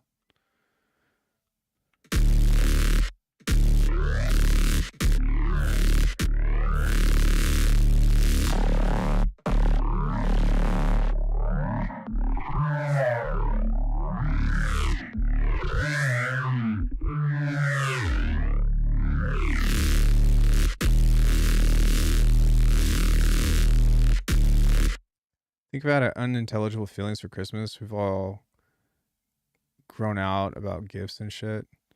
Yeah, I feel that. I've had some nice Christmases. I've also had some really shitty ones. And I've also seen my family get like super stressed over shit. Rest in peace, Grandma Becky. I'm like, it's like, Grandma, like we could just chill. We don't need to do all this. You can just fucking hang out and visit and have hot chocolate in front of a fire or something. We don't need to do all the crazy stuff, but yeah. All right, let's see if I can come up with a stupid bass line for this. I'm going to pull out the mids and the highs and just try to write with this and see what I can get.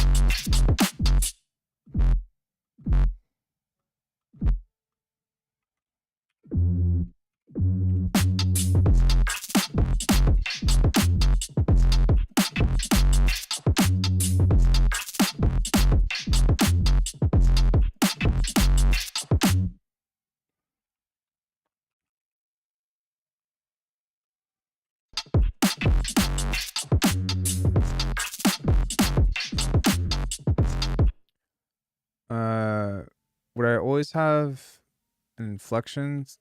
Would you always have inflections of using Ableton DAW? Sorry, what?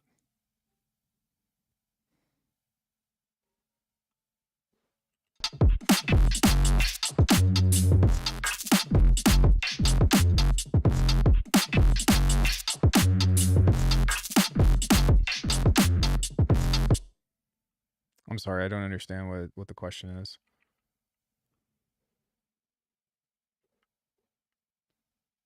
Afflictions? Hey, Data Roth, how are you, dude?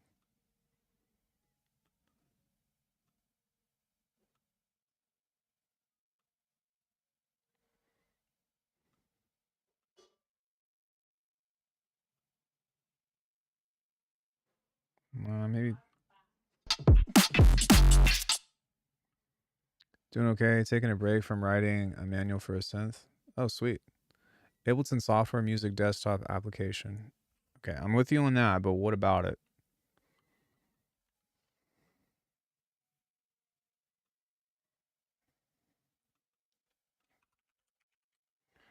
I'm just going to write this as macro 6, macro 7, and 8 because it's going to pop up as a single list whenever I'm looking for it in the automation thing.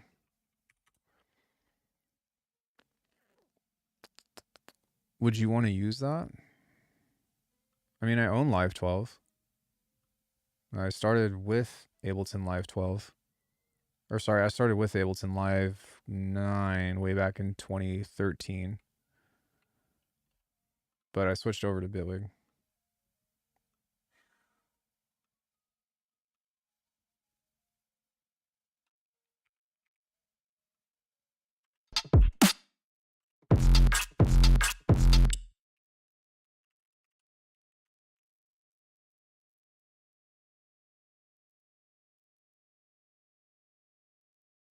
No, not really. There's certain things. I mean, there's a couple of things about it that I miss, but other than that, not really. I think the things that I miss the most are just like devices, you know, like sampler, slice simpler would be one.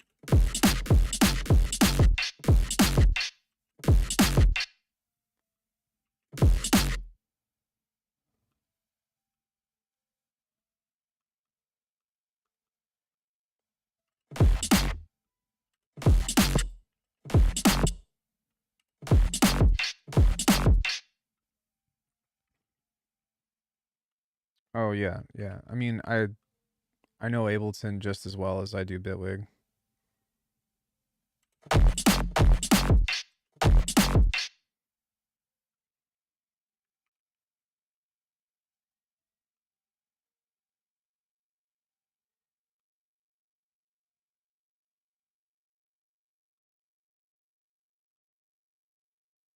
Why isn't this creating a new automation lane? It's because it's already there.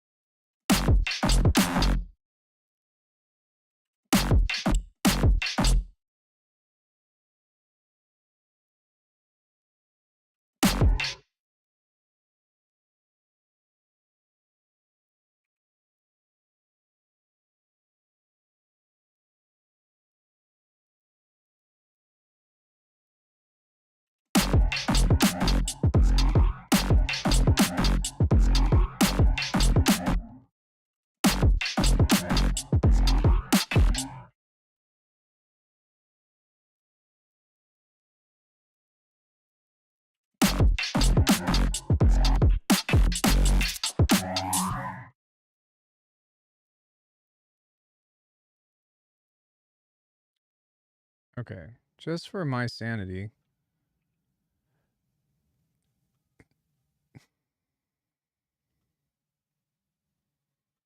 I did map this correctly, didn't I?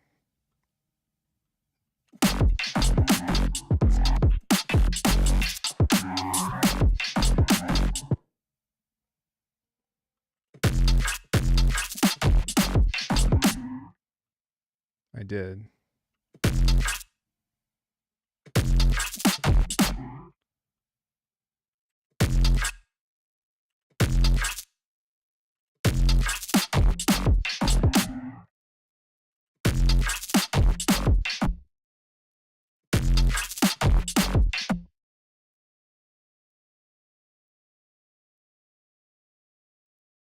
Micro 1.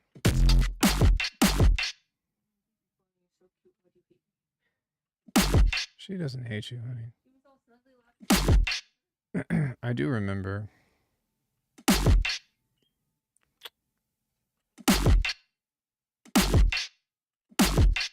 Cookie now? Do you want a cookie now? This is cookie coercion time. Do you want a cookie now? A cookie, whether or not you like it. Someone trying to force a game in. Yeah. To which I'd say, if you don't back the fuck up.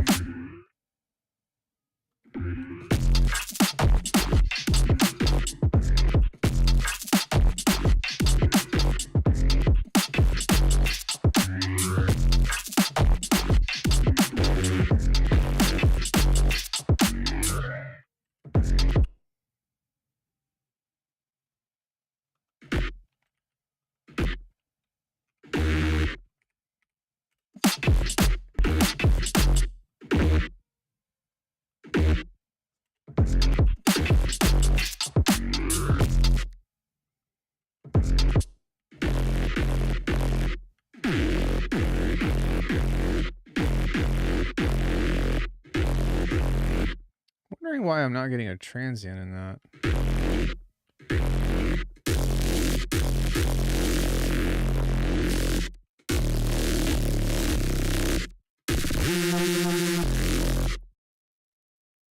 Hmm.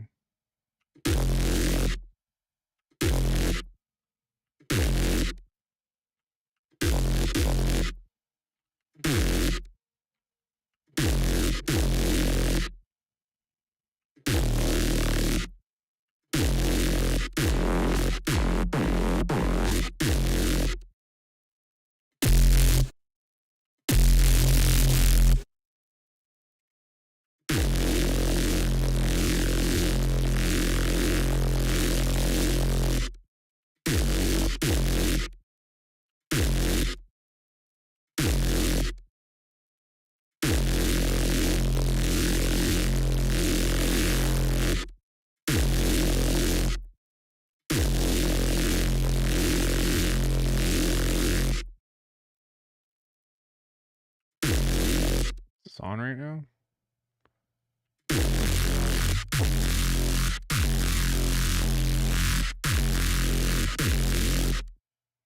Interesting.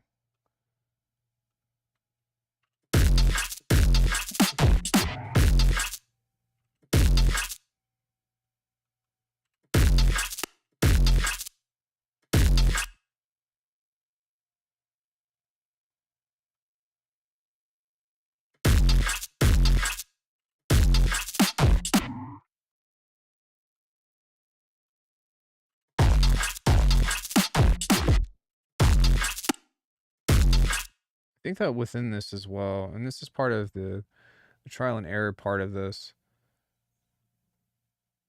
This might need to be boosted even more.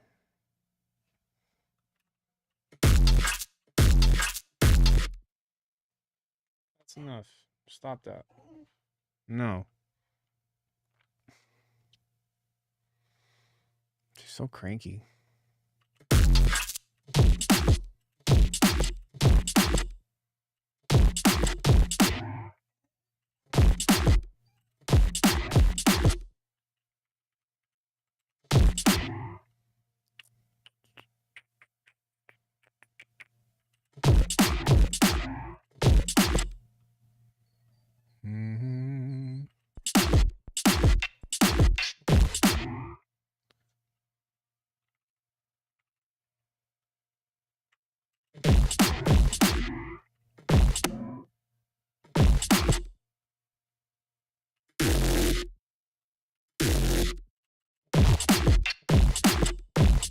Why is it doing that?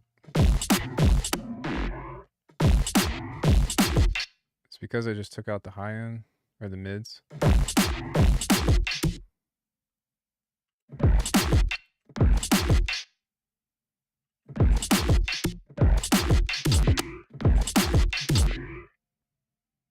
Where is macro 6? Macro 6 isn't on here yet.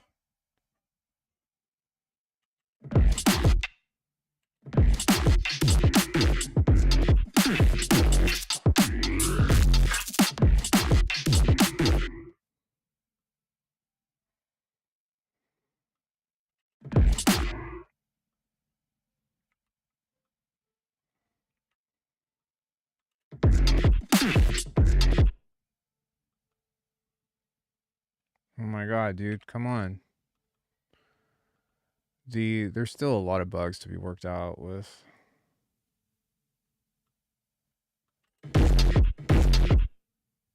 this thing.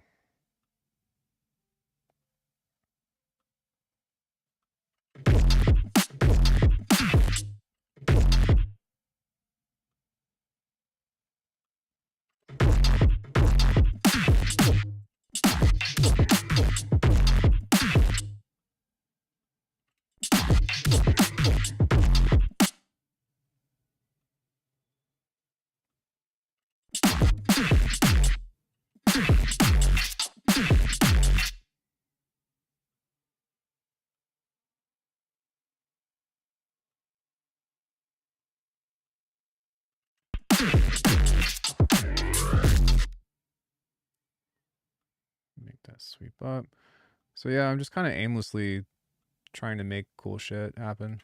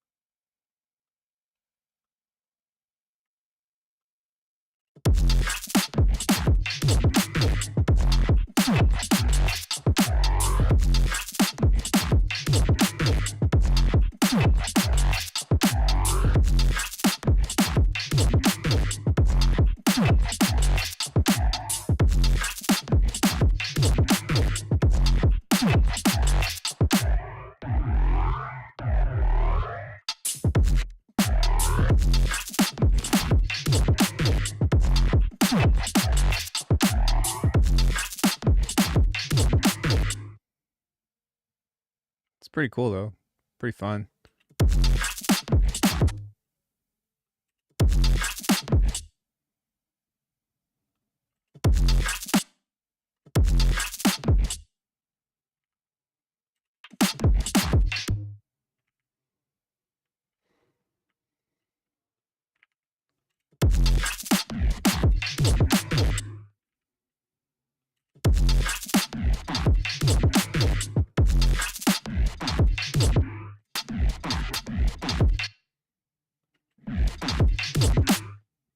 Okay, what's going on with this?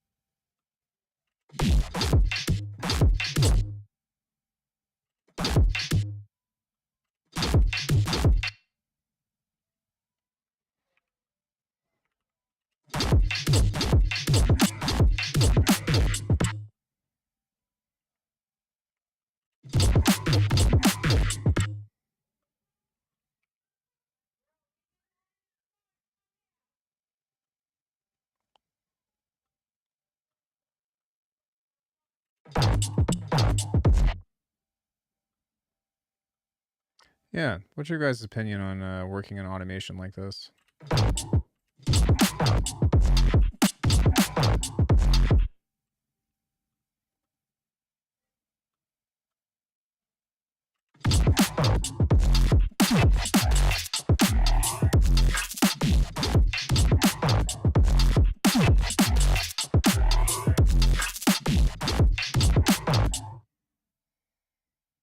You like it?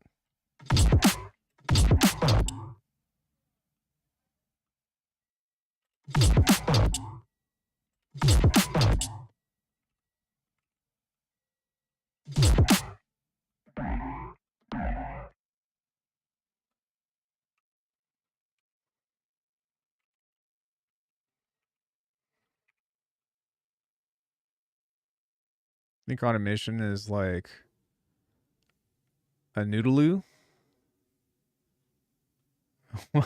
What?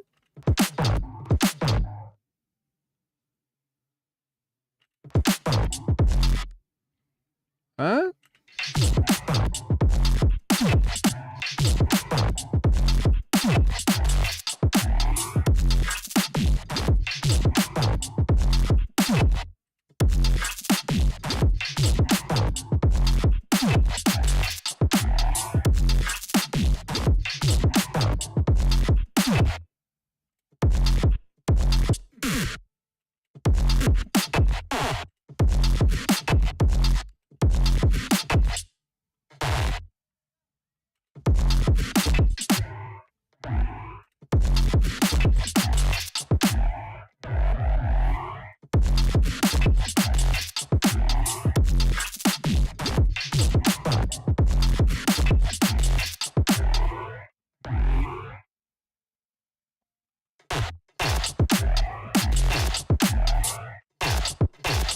Er.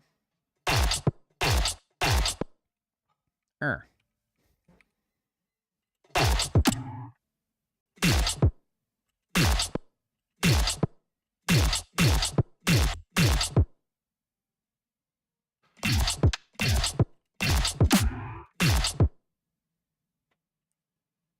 Oh, we went macro 7 with those mids.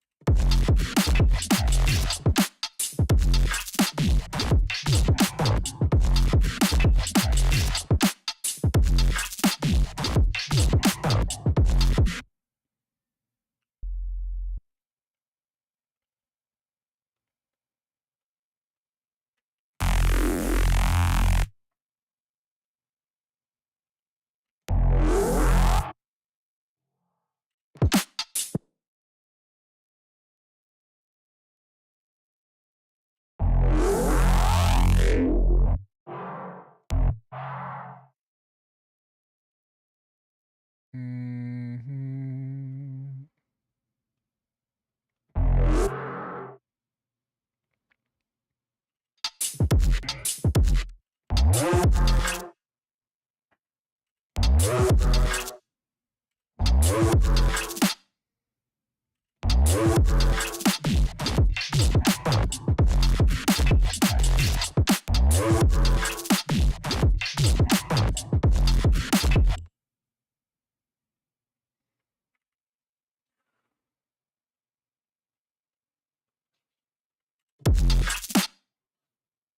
You all right? You okay, babe?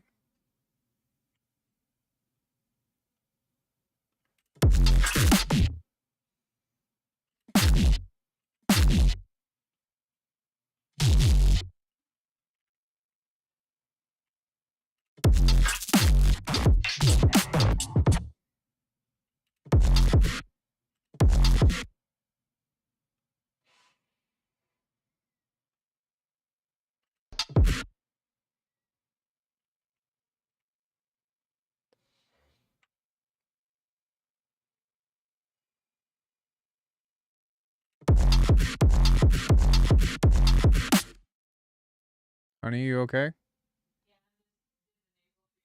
Oh. Also known as the bush waterboarding. Bush waterboarding.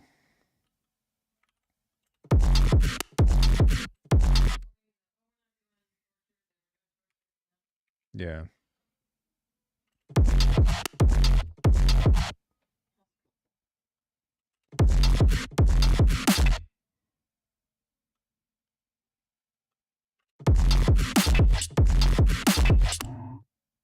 Yeah, this isn't as dramatic as I want it to be, so I think that I'm missing something with whatever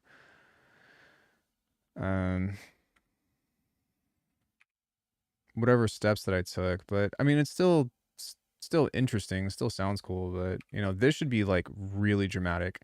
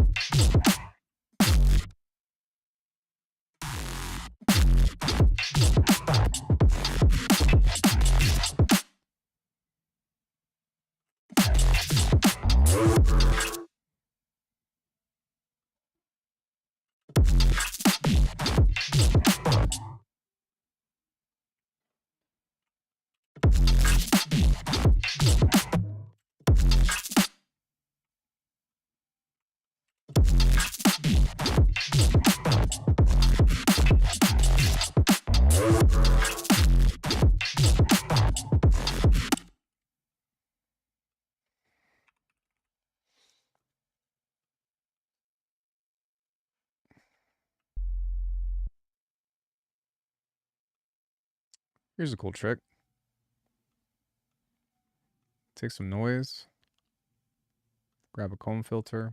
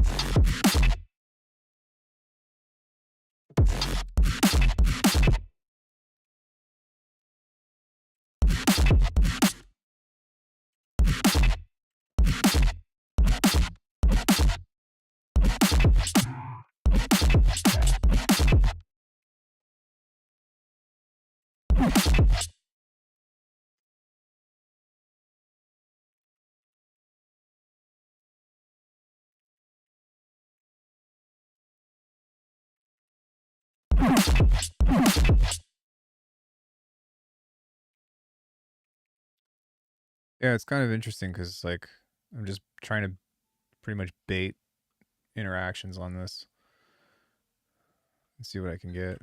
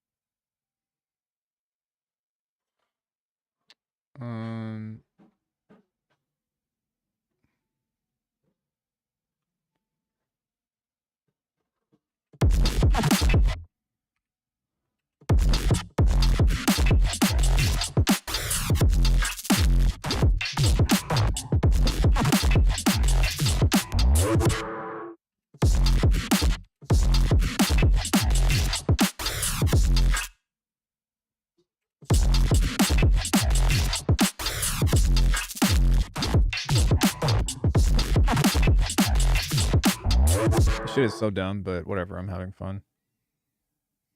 So I think that going back and trying to work on this stuff now.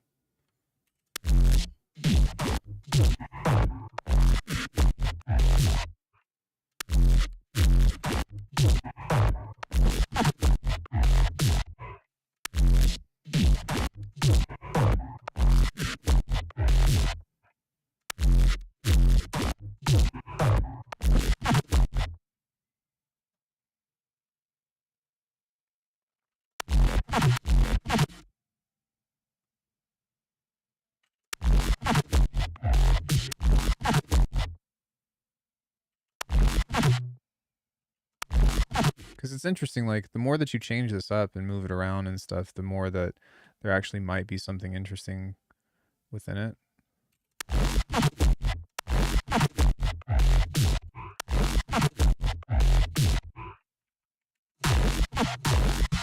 But I might have overcooked this a bit.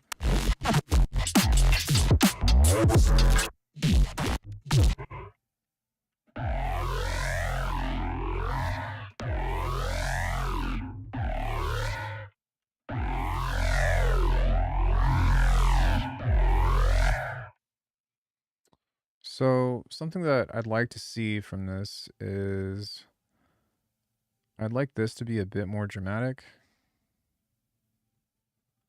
And maybe what I need to do is just start this all the way from the sub here.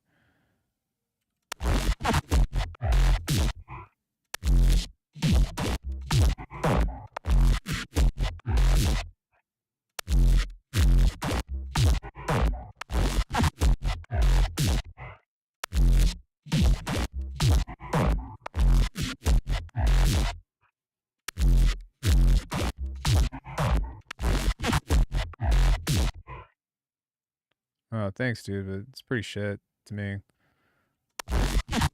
Appreciate it, though.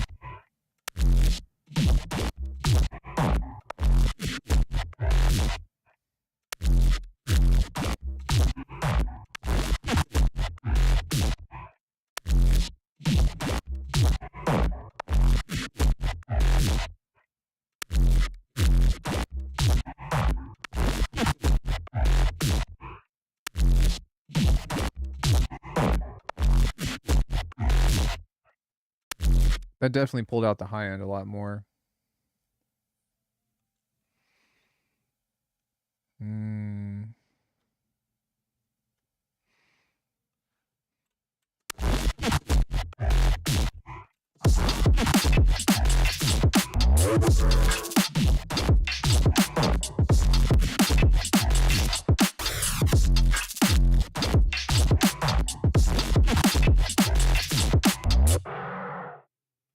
Yeah. So this is really just where the practice is for me of trying to do shit like this.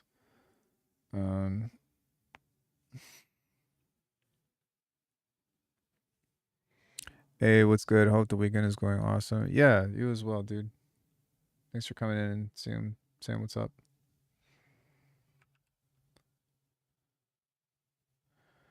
I appreciate it. I appreciate you.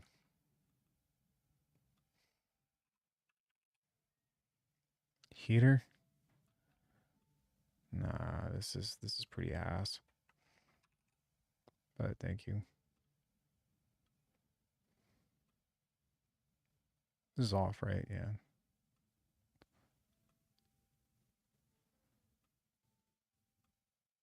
Yeah. Does this still have all the automation? No, it doesn't. Oh, fuck. Okay.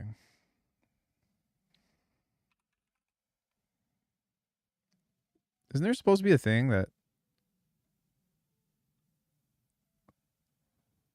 moves automation with global automation lock? Does that mean that if I move this with this, it takes it as well? No. That's not what I want. No.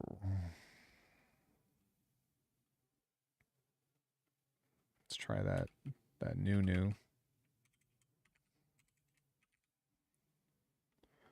Let's try this one because this is the one that I made yesterday.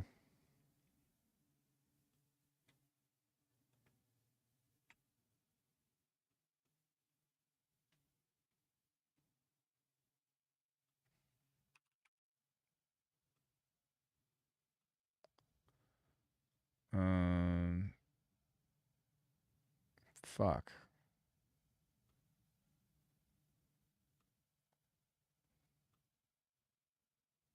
Okay. It's all good. We can just throw this on here. 5. Just to get the automation lanes to pop up. 6. 7. 8. Cool.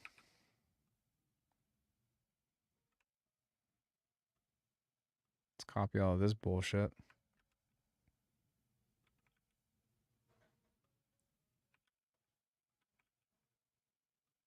It will not let me do that.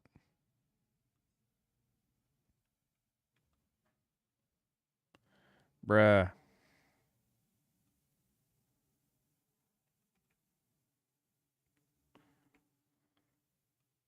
Only one lane at a time. You know, Reaper drags automation with... Hey. No. No. You stop. We don't need that hillbilly, backwoods, plain Jane looking $60 piece of software.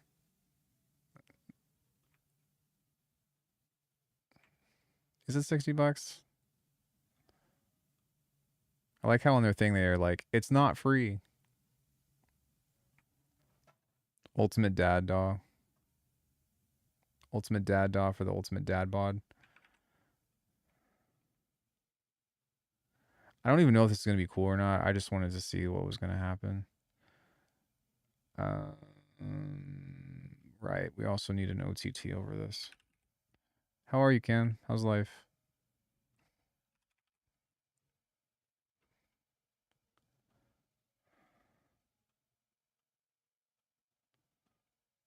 Been absolutely making fucking garbage today, but it's been fun.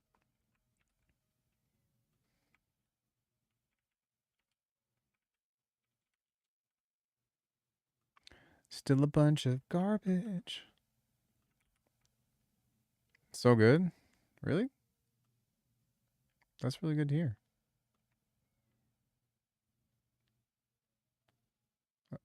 Assuming it's not sarcasm. Underrated combo?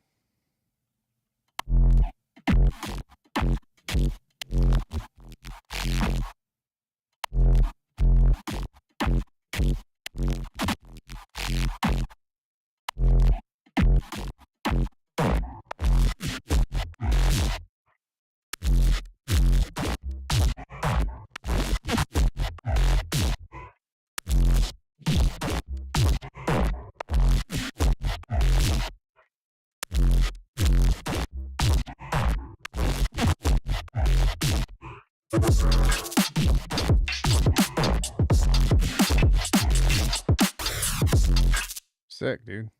I hope that you get a vacation and that you don't do some YouTube bullshit and just fuck off and do absolutely nothing.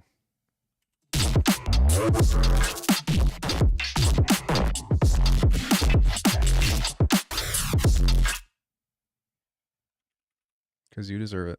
Check somebody. Check it out. Check. Check. Endorsement combo. Yo, my chat has been saying shit I do not understand. That I have not been able to understand all day. Except a sample pack I need to finish, but that doesn't count. Check. I don't know, man. I would just not do it. I've been sitting on a sample pack for like 6 months, and I'm just like, nah, it's cool. Check. Check. Check. Check. Sounds like he's saying shit. Check. Check. Check. Check. Maybe I can change the format of this and make him say check. Check. Check. Yeah, let's see what that does. Check.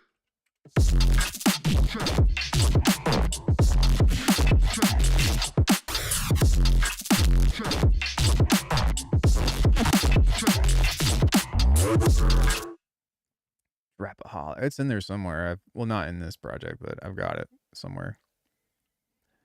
Trapaholics. Real trap shit. Maybe I'll just record my own version and call it Real Nap Shit. Real Nap Shit.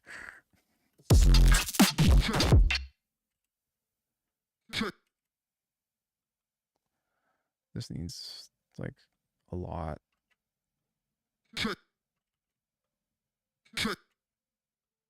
Maybe not there. Maybe not there so much either.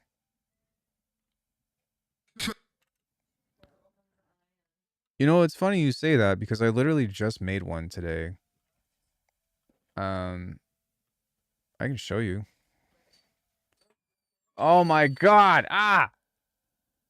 Fuck. Corey's ironing board is... I'm like the only person in my age bracket that still uses an ironing board. Well, might be time to ask some questions, hey?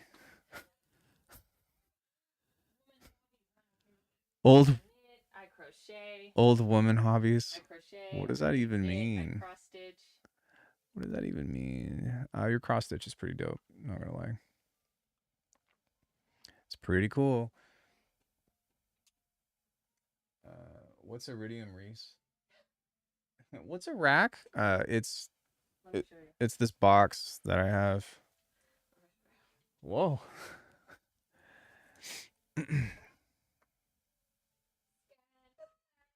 Scandalous.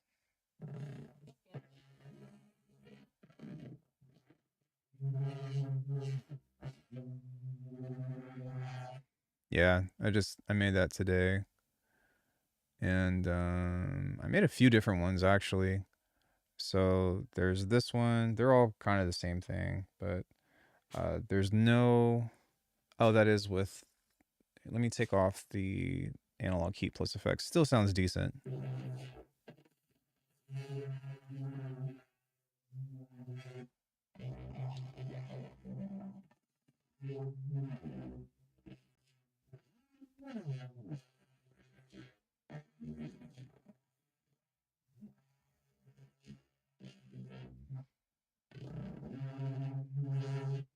Yeah.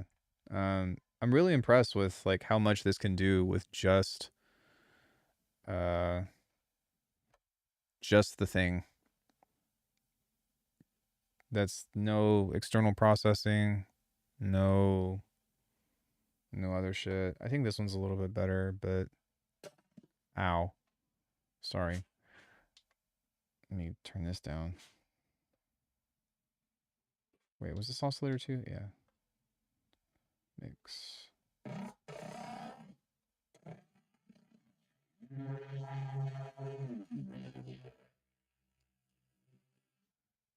There's not going to be an iridium pack. I'm just going to send you shit and you can have it and have fun with it.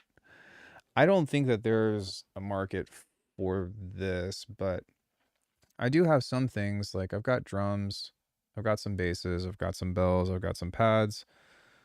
Actually, let me see what all I have here. Quite a few things, but no, wrong one. Wrong one. But it is really fun, and I really enjoy making stuff with this. It's a really nice distraction from just faceplant or some shit. Your rapid tutorials for pads are still awesome. Never tried the region. Not sure what it's about.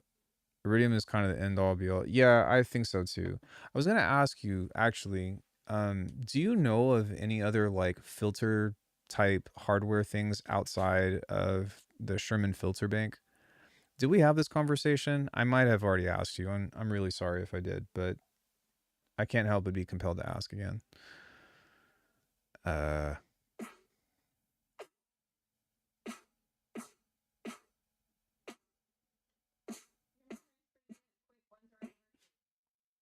August 28th. October 7th. Why are you making me dox you on the internet? Oh shit. Yeah, for some reason, why is that?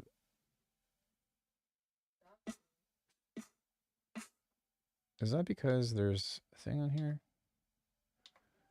Yeah, there's something on here that's not supposed to be there, so I fucked up.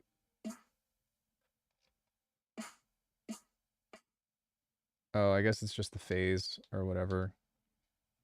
Or that might... No, I'm still doing that. That's not supposed to be doing that. Anyway. Random generators is kind of cool.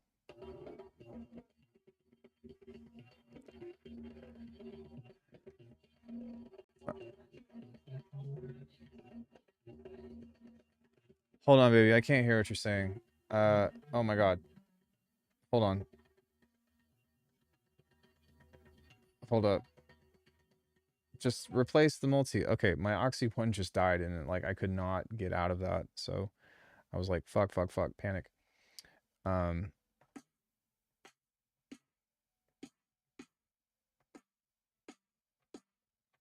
Sometimes that sounds decent. Yeah.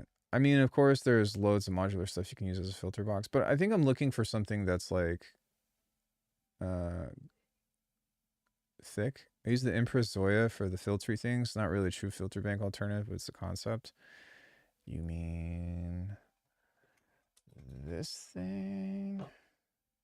Yeah, this thing's pretty cool. Although I will say that I feel like the DSP on the Zoya is there's some kind of sample reduction on it or something that makes it sound muffled. Not sure if you've experienced that or not, but yeah, all of these are broken. That one's good. But why is it doing that sound? There should not be any phasing on this whatsoever. Filters. Yeah, every other one sounds good. So for whatever reason, I've even tried turning that phase thing off. I don't know, whatever.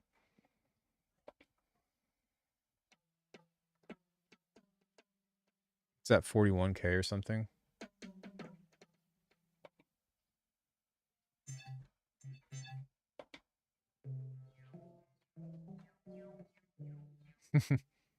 Yeah, anyways, I'll go through this another time, but yeah, I do like this, and it's one of my favorite boxes to use, but I do wish that it had some more filters built into it. And also some of the routing is kind of ridiculous. Like you're locked into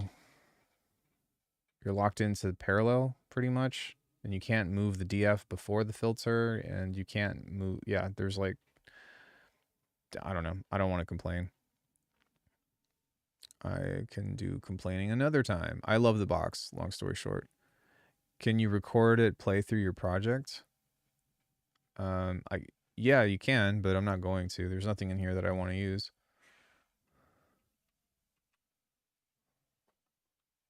And actually, that's what it was doing. I have this set up to run through the DAW. So this is running into the Zoya, is running into the analog heat, and that's how I'm making that work. But then I have a feedback chain that has the output going into the microcosm. So there's that.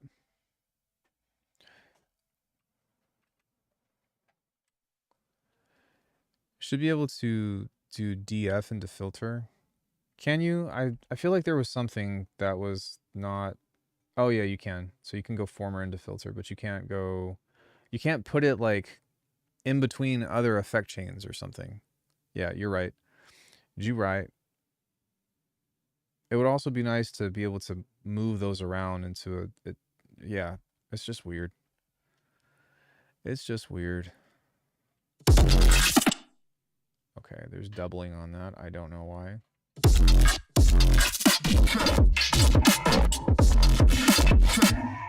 And also this sounds like very like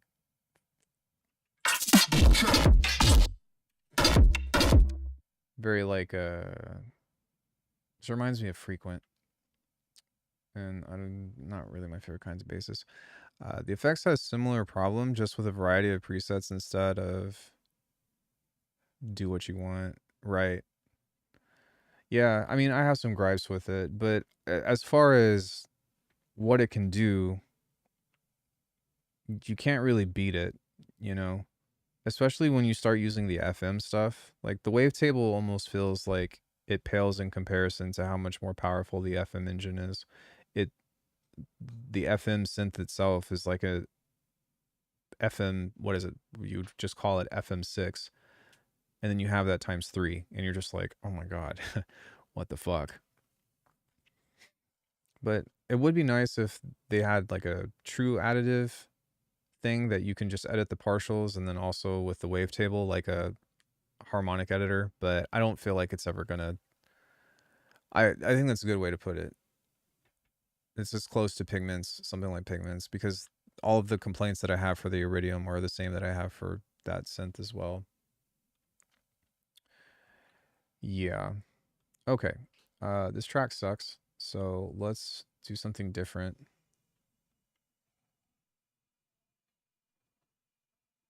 Wait. No, there's not really anything in here that I want to save other than maybe I don't even really want to save the patch. I think it's fine.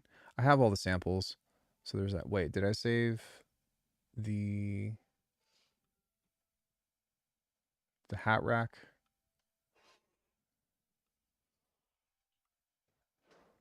Which reminds me, I don't know if I sent you the Bitwig devices, but something that I wanted you to have was this little guy, which is my hat rack, which you could very easily make yourself. But what this is just the list of all of the hat engines in here, along with a convolution chain. Hello, welcome. And what you can do is just put a bunch of hats in the convolution layer, and this will randomize every time you hit the key. So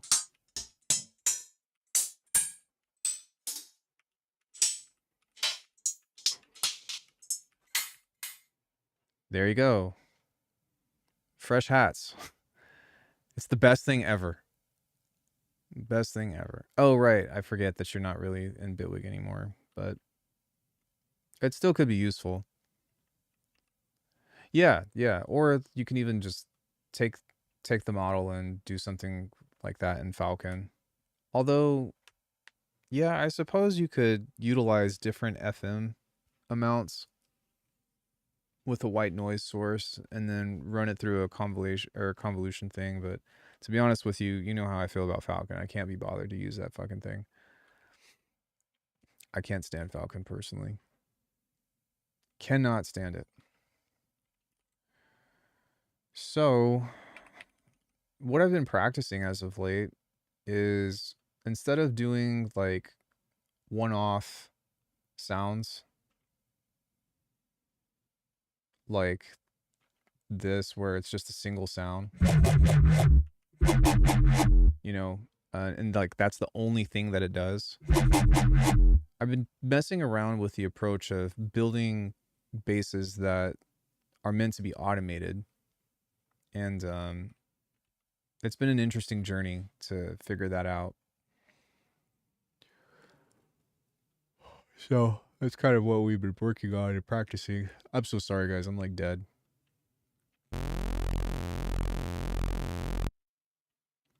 think what I'll do this time is give this just a little bit of FM. Let's run this into the shaper table.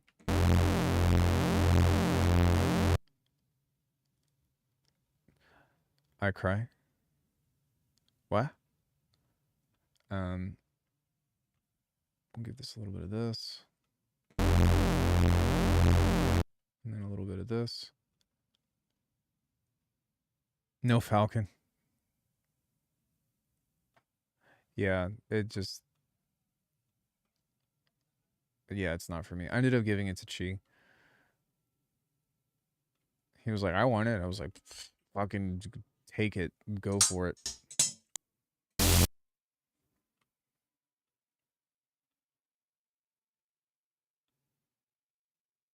This is going to be way too loud.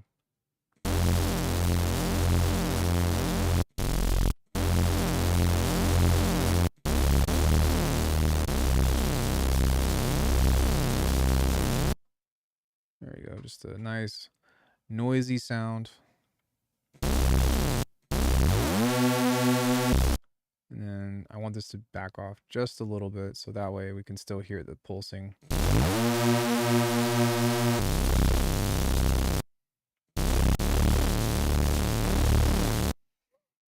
Okay. Let's go into here. And we're just going to build this up a little bit. I don't really need to listen to this a lot more at this point. I just needed a good starting point.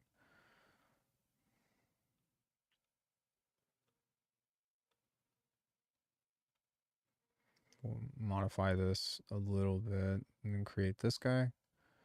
Set this to a macro here.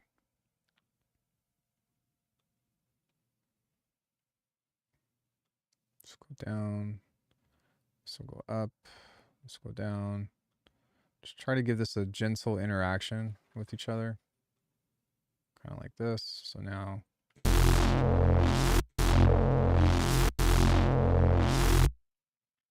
And that is the power of Pine Sol. But, no, sorry. This is generally how I make the monstrous sounds.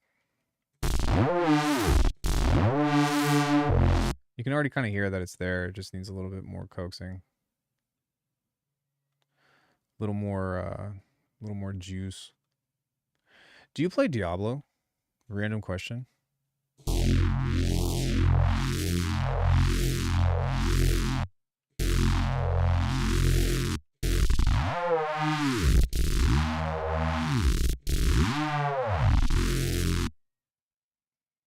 Now I just want to accentuate this a little bit more. Diablo 2. I've been playing Diablo 4. It's been pretty dope. Diablo 2 remaster. I played Diablo 2 as a kid.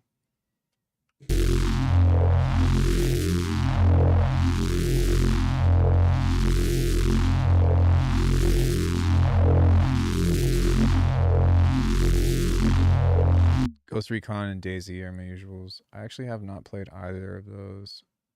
What's the latest Ghost Recon? Was it like Wetlands or Wildlands or something like that? Quake, let's go. Unreal Tournament.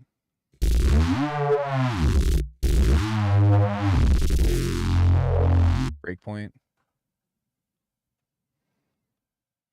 Breakpoint. Yeah, Corey and I have been playing Borderlands 4. I don't know if your partner plays games or not, but if you ever want to play that together, it's been pretty fun. I've been playing Diablo.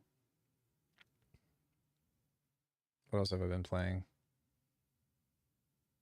Still pretty big into fighting games.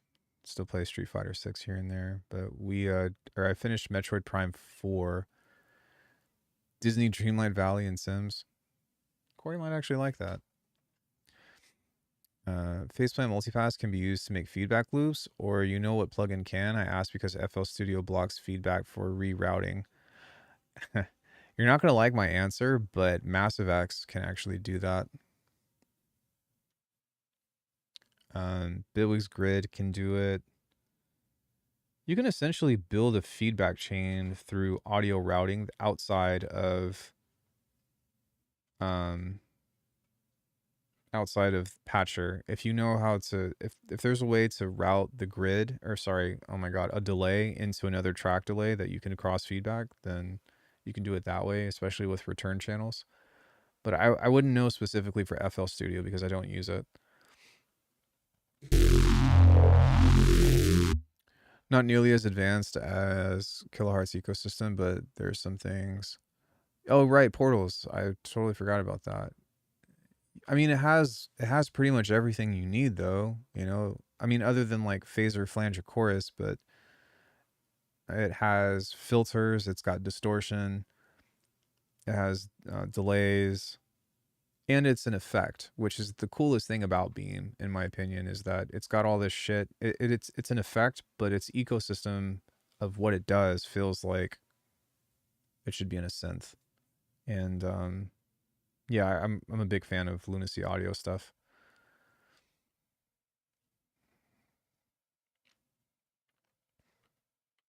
Plus, they're nice people. That goes a long way for me.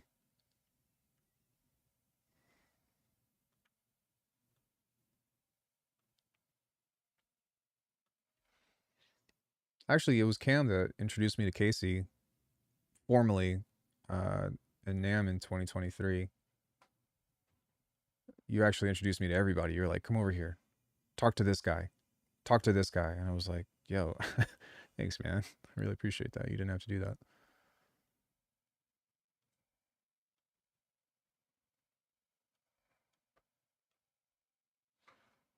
So we're going to use a, yeah, I feel that. Just a little bit of this here and turn this down. Use a gate.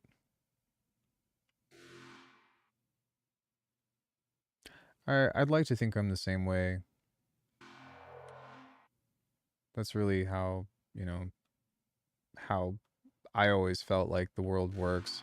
I would not have gotten into Circus Olay and all that other shit if I had not been networking, which I hate saying that word, or just like introducing people to other people and finding connections and stuff.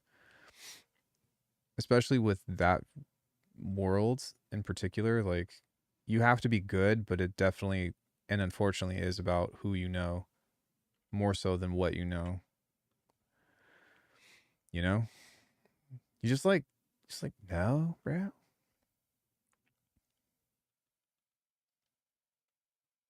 I know that you know that I know that you know. That's awfully high. We're going to set this to the resonance instead, and then we'll do it this way. I should probably just create a thing for this.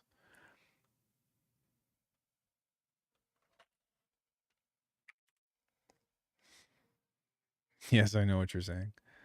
What was it also? King of the Hill. You don't know who I am, but I know you and I know where you live.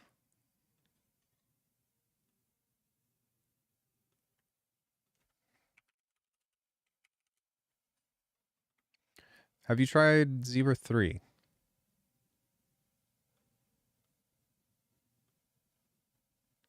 Wrong answers only.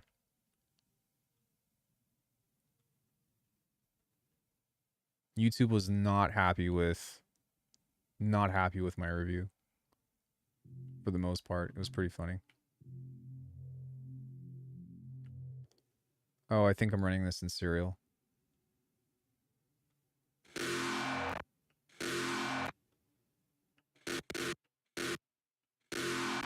Also running this in serial.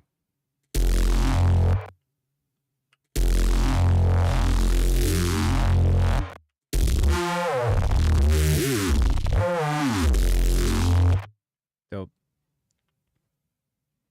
Saturator on the back end. Wrong answers only. I mostly saw Alckemy enjoy specifically Zebra's workflow, but not digging its DSP. Zebra looks fun, but I have no time to learn new things.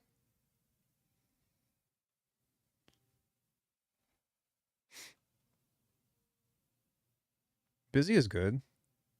And I really identify with that. Like, maybe not necessarily in the stop learning, you know, or whatever, because I do have a fear of being like a bunch of other people where like at a certain point you give up on learning new shit.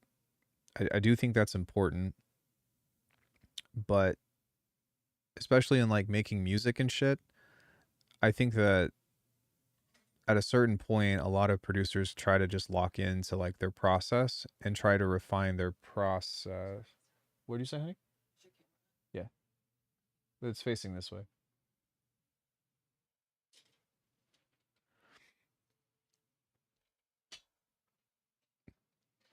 It's just workflow. I use things that get things done, but I don't introduce new things that, yeah, that's exactly what I mean. Like turning it into, if it becomes technical, it's become a nuisance. Like right now I'm doing some technical shit and it's become a nuisance. I still have a desire to practice and put the time in, but at least I can like, say, okay, I've tried this a few different times, put the hours in. Now I'm going to take what I've learned and do something different, or find something later down the road to where the connections are made. But yeah, like when it's time to cook and like time to make music, you don't really want to sit down and do what I'm doing and be like, okay, what? How does this work? And whatever. You just want to make the fucking thing. And I do think that there's a time and a place for both, but they don't necessarily need to coexist interchangeably at the same time. I really only get new things if I can spot a solid hole in my tool set. Right. That's exactly it too. And a lot of times if you buy something, you know exactly what the intention of it is, and through that you find new stuff. I feel like, oh, I didn't know that I bought my synth to do this, but I found out that it could do this, and that's where the magic happens. But I feel like the better you get and the more experience that you start to have under your belt, except reverb's always, but it's like you don't have to learn how to use a reverb. You know what I mean? It just has a sound characteristic that you're like, do I like it? Do I not like it? Swap it out. A reverb is a reverb. A weverb is a weverb. But I think that supports my claim anyways of at a certain, at a certain time, everything just begins to overlap anyways, Oh, I've got this thing that makes cool sounds. The sounds are different, but other than that, it's like, okay, well, what are you going to do? You're going to put them in a track and you're going to try to make them work with drums. You know what I'm saying? It's like, I'm going to take this new thing and try to make a melody out of it. I'm going to take this new thing and create new effects or, create new sonics. But when it comes into the making music part, it's just serving the tool to put the data in and tell it to play at the right time, which is a very oversimplified explanation of making music electronically, but I do believe that there's some truth to it.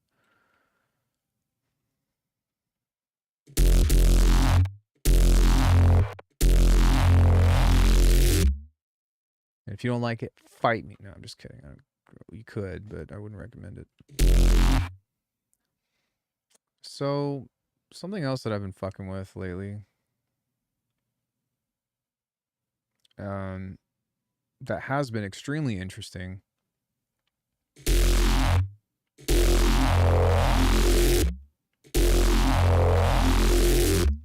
is automating an OTT. I don't know which one you use or if you use this. I'd imagine you do for like game sound design and stuff, and at this point I'm just sharing things that I was like, hey, this is kind of cool. But automating the downward threshold of this, like if you blow this up, you get that insane, like, that didn't do what I wanted it to do. Let me try this.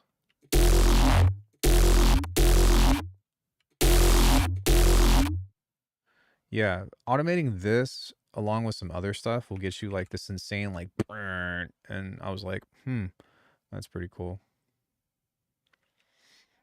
I installed Fuse. I use that one for creature work vocals, LOL. Cramming, yeah, that one's free, right? This is my favorite one though, to be honest. I really like the transparency behind it. Cramming is free and excellent, yeah. Yeah, there we go. That's starting to slam now.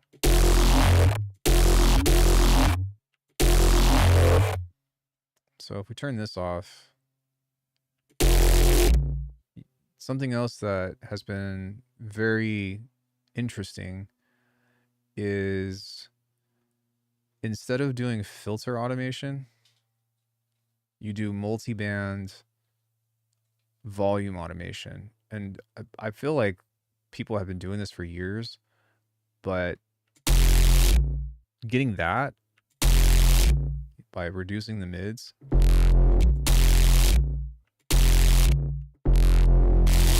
is pretty interesting. Just getting that like fat blast of wall of sound. I was going to add a gate on this again. This is a 0 tolerance gate, so none of your bullshit is going to be tolerated. You shall not pass. BTT discrete signals is also free, pretty cool. Faceplant is probably the most flexible synth in my small collection outside of Bitwig itself, but I don't give it enough love. So great to see live uses. I mean, Faceplant is like 90% of what I do outside of drums. I actually just use Polymer for drums, and then I use Faceplant for everything else. The PP is stupid powerful. I love playing with my PP. Yeah. Who doesn't? I heard that version 3.0, they're just going to call it Tallywhacker.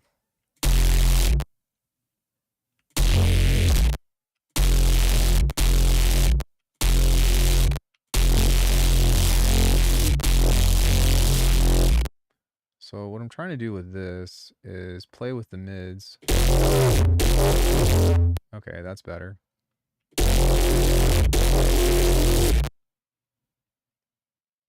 Let me turn this down so that way I don't fucking make you all deaf. Sorry. Now the goal of this, of what I'm trying to do, is I'm trying to evoke the low mid movement of this here. And so trying to get that right is part of the challenge for me. Because right now, it doesn't, I don't really hear it. It's not really doing anything, you know? My donut has left the building, so that means it's time for me to get back to things. One fun trick before I go. Yeah, thanks for coming in, dude. I appreciate it. Oh my god, TMI? What do you mean? It was Faceplant. That's what we're talking about.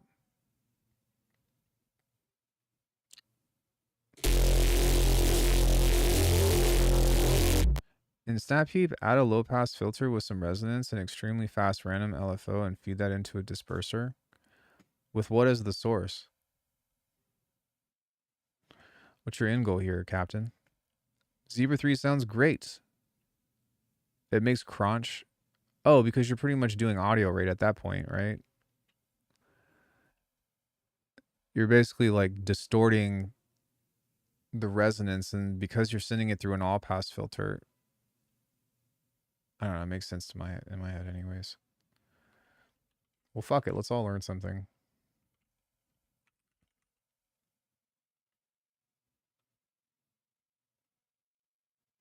Yep. Slam it like 80 hertz, make the filter sound gross and liquidy. Okay. Why not? I've got time to kill.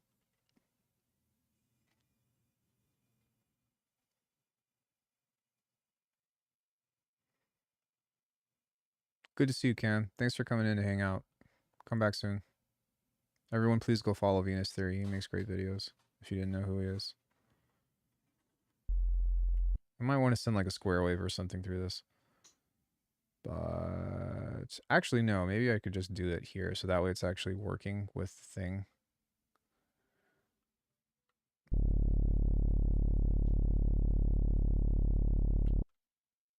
Disperser. Where are you at? Oh, random.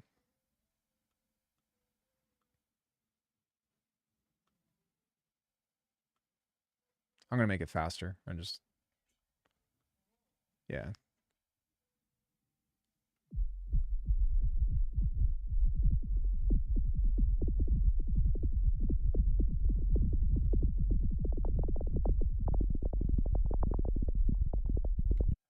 Let me send just a little bit of noise through here, so that way it's got something else to bite on. Give you something to bite on.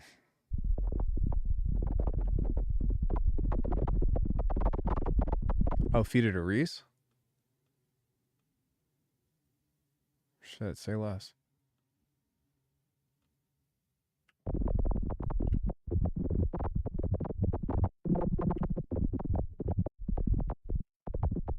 Okay, let me go back and try to feed this a higher rate.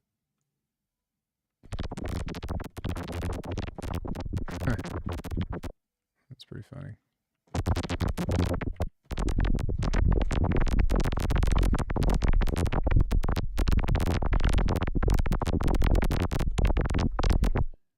Yeah, it's pretty gooey. Corey's like, it sounds like a dookie.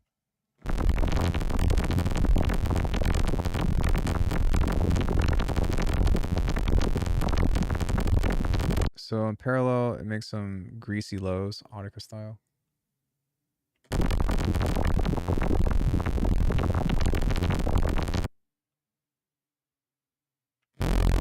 Maybe I can move this together and distort or push them both together.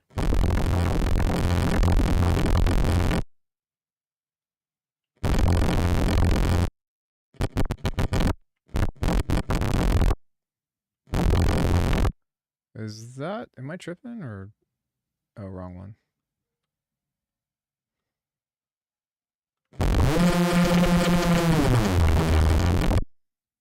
Range mod on the filter and you're in business. Anyways, that's the experiment for you. Yeah, I'll play with that more later. Thanks for sending that. I'll check it out. I'll send you these patches as well if you want them for your Iridium. I need to fix them though because for whatever reason I'm getting some bullshit running through that. But yeah, take care, bro. Thanks for coming in. I'm gonna try to recollect my thoughts here and get back to doing this thingy, this little doohickey.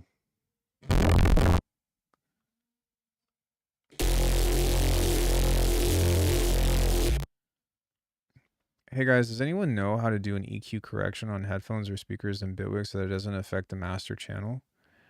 Yeah, we should Iridium patch swap. If I can send mine, I don't know if they work on core. They should all be compatible. But yeah, whatever you do, cheers. Yeah, likewise. Oh, and I did make something out of the track you sent, but it was like it was a bullshit like boom bap track, so I didn't want to send it to you. But I did do something with that guitar loop. I was like, man, he's gonna be super disappointed in that. Oh, babe, don't worry about it. I can do it. Are you leaving? You're leaving? You're leaving me? You told me. No, it's fine. Yeah, cheers, dude. Take care.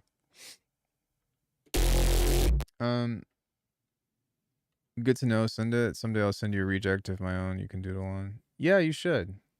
Or I can just remix another one of your tracks from your EP. That's always fun. Peace out, bro. I use SoundSource for that Mac app. You can also use it. It costs money, but is it SonarWorks, which I used to have back in the day.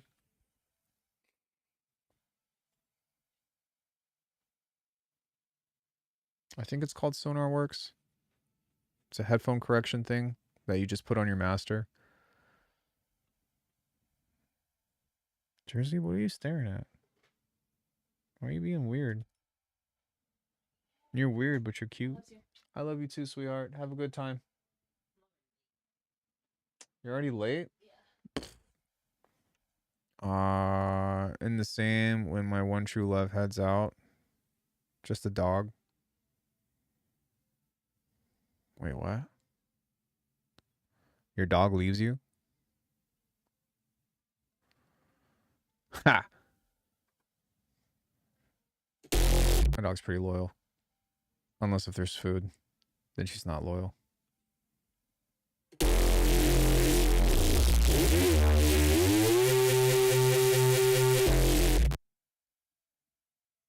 Thanks, bro, but I use a Windows. SonarWorks works for Windows as well.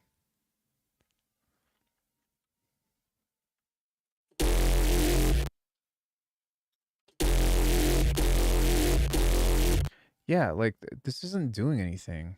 And it should be. Like this should be like super fucking like whoa.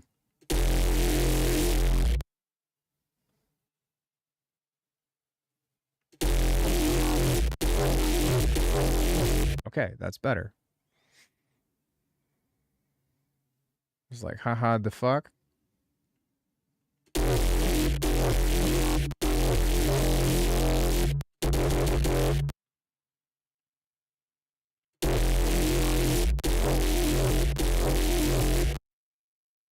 You sound unsatisfied.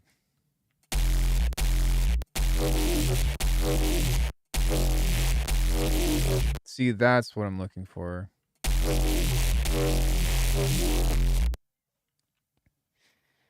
I used SonarWorks for a while. Should reinstall. I uninstalled it because it fucked my ears up. So maybe with this, I need to have more initial stereo separation or more separation. So maybe like, oops, maybe move this up here and see if...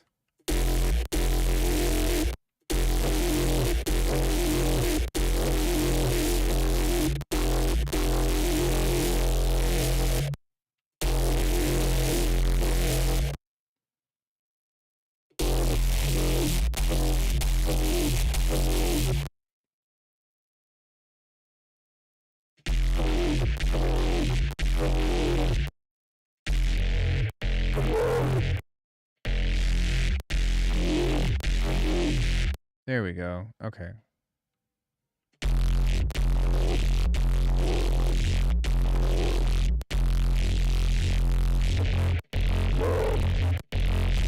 It's interesting that without this FM here, you don't actually get this anymore.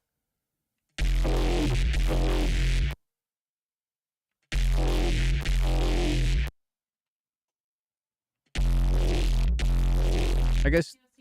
I love you too, honey. Have a good time. Did you eat the pasta? Okay. All right.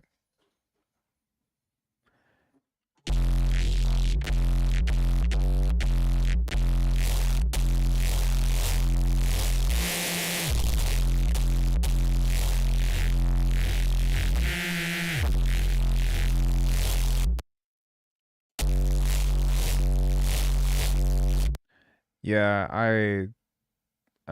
there were several times where I was trying to configure it and it ended up having like I was using the HD 600s at the time and they're open back, so I can't, they're not as like prominent, but there were times to where I was turning the volume up and then I switched to the sonar work thing and it would just go and I literally like threw my headphones off. So I don't personally use it. After that I was like fuck that, and I actually don't use headphones anymore unless if I absolutely have to. But it was extremely painful and lesson learned, long story short.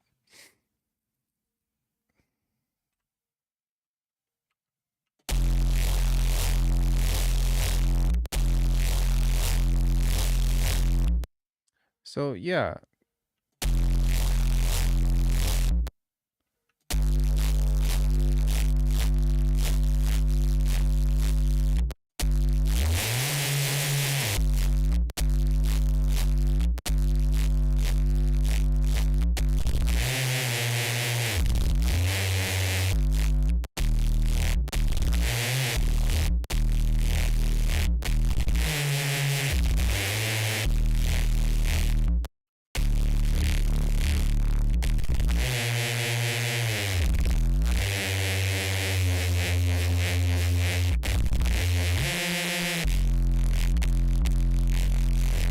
I think that's more of what I was looking for. I'm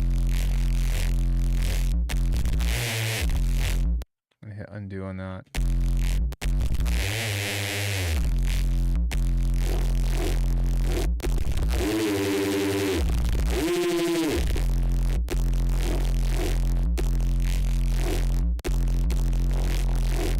Yeah, so now this thing is here.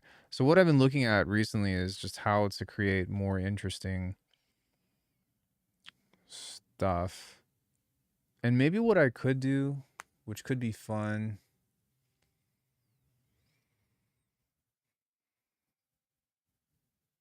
is I can attach it to the mod wheel. But when it comes into like the neuro stuff that I was wanting to accomplish with this, as far as making the thing go burr or morph or whatever, and having this rack here, we could just map it to the macro one. Or maybe not. Maybe we'll just map it to the mod wheel.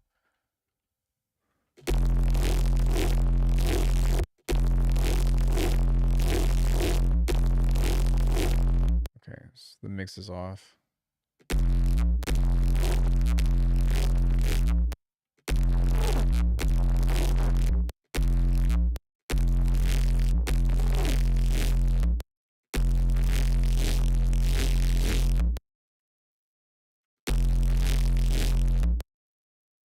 So we'll just run this through something like this.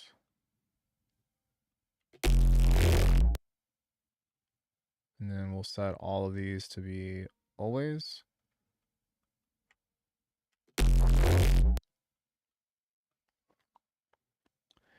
You ruined everything, you stupid bitch. You guys know that song? Yeah, that sounds pretty good. Nice. Let's grab a phaser. I'm gonna run it through the same thing here. 50%.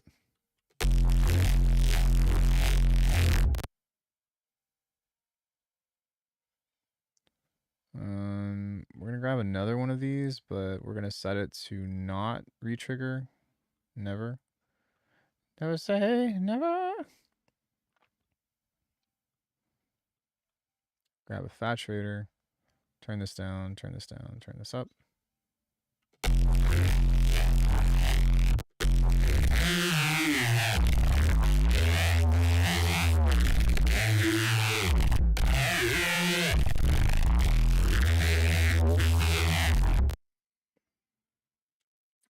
Yeah. That's Dash Nash.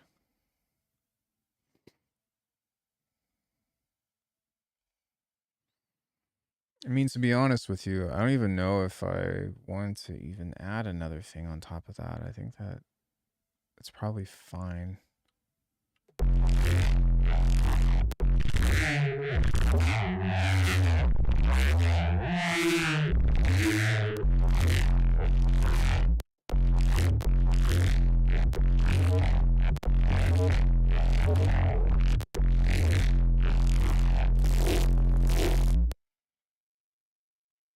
Cool.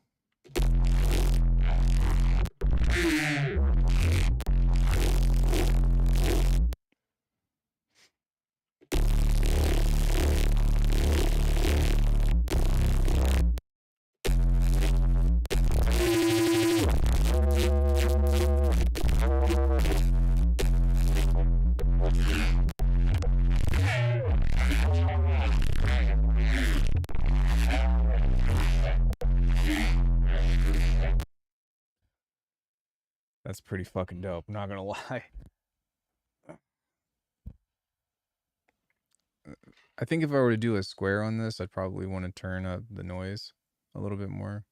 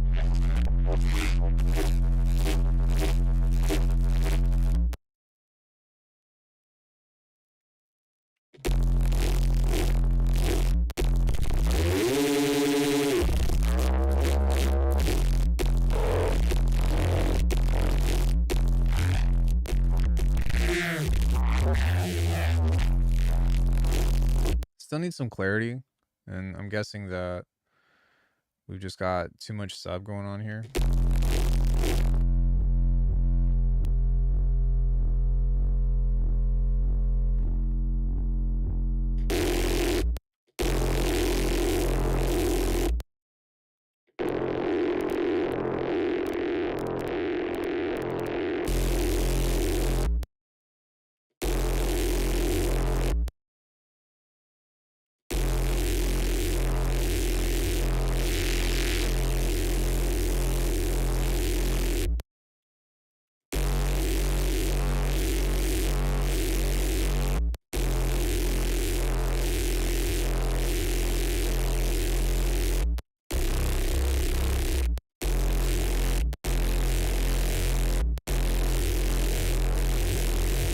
Yeah, we cooked it a little bit too hard.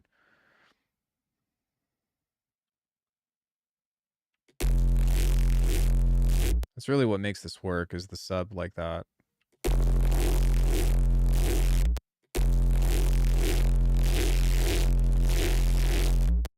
Which is unfortunate, but I think that if we... Oh, this already is going through...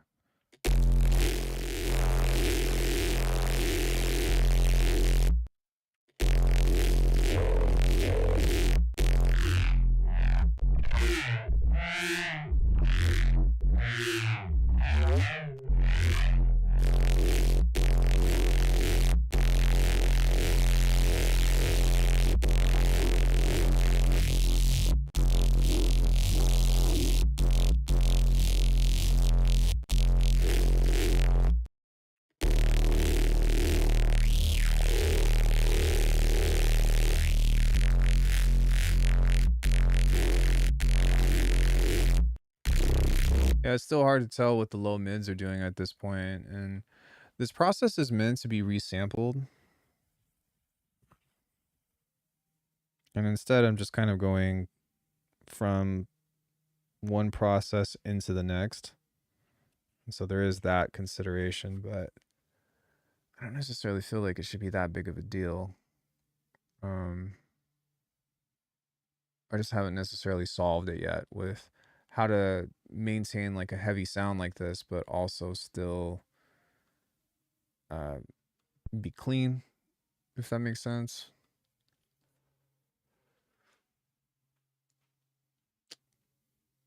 But it is interesting. Does anybody have any questions about anything?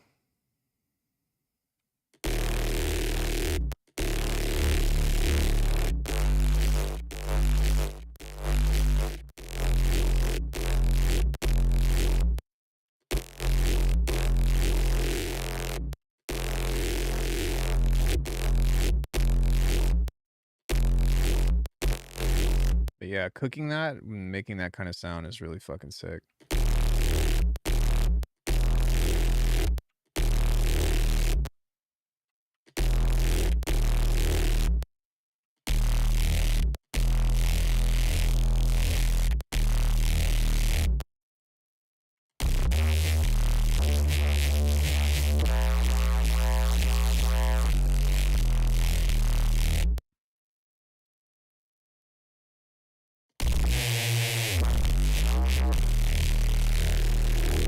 Yeah, it's just a little too crunchy.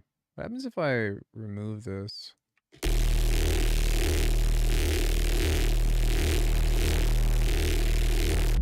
Almost nothing. That makes a big difference.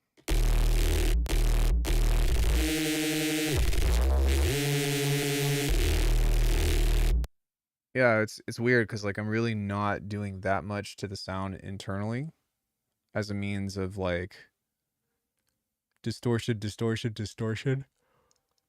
It's just so loud already that it's like rummaging through that. Yeah.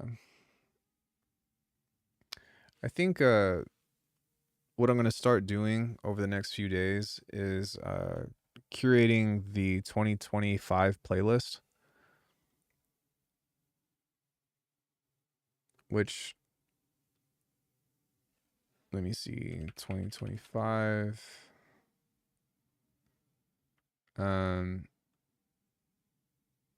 Date added, so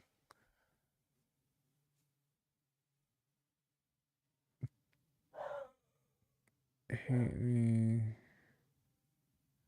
date added 3/25.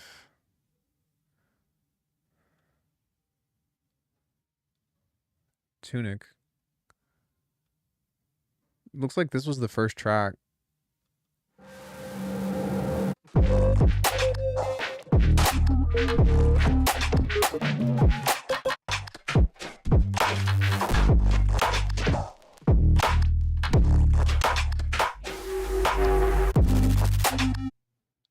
There's just like a little thing there. I need a break from sound design, so we're going to do this for a bit. Oh, Return to IDM was this year? Sick.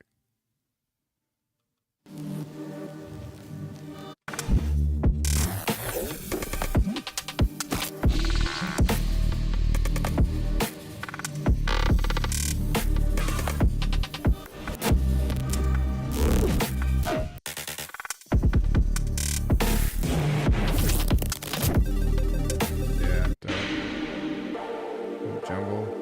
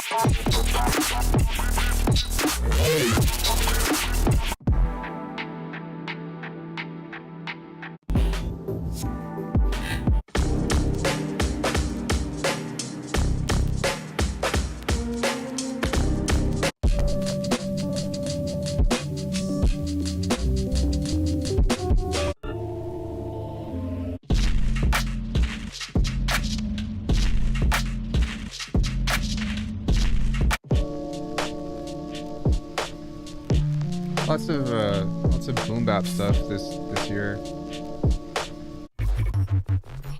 This one's pretty funny.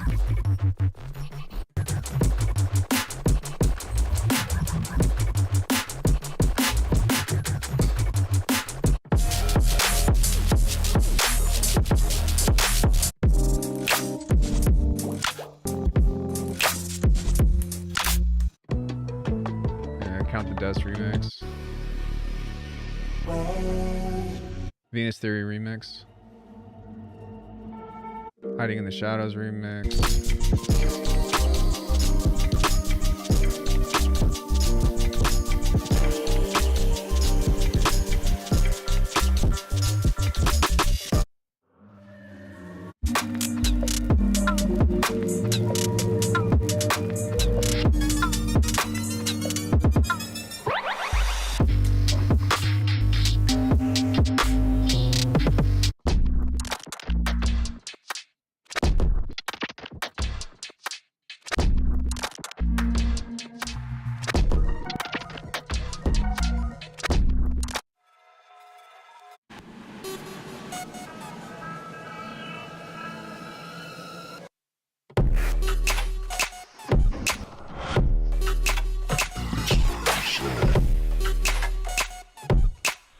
This one I can't include because reasons, but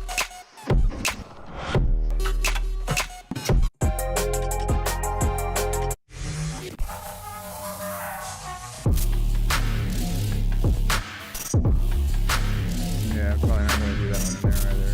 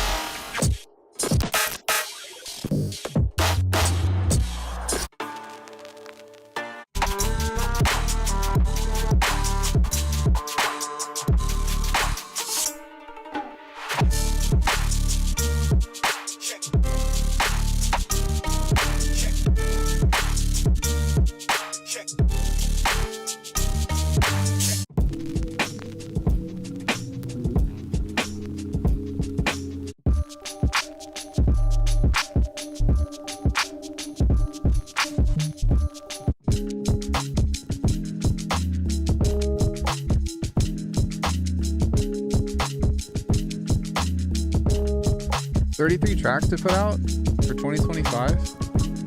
It's not bad.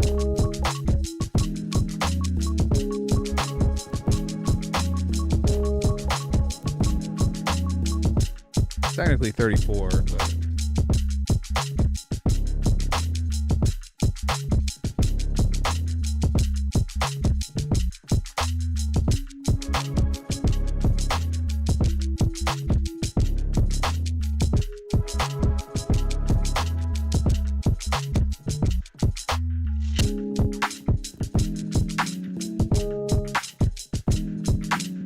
you know what I could do is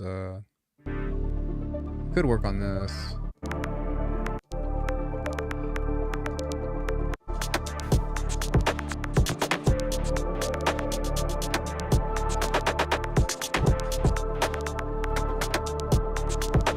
I don't know if I want to or not though.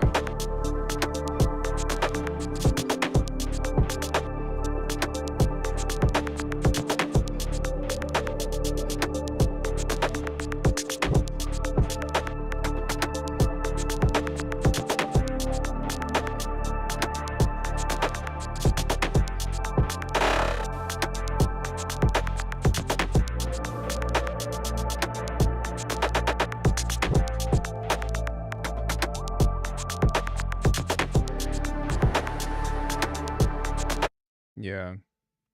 Cool. What do you guys want to do?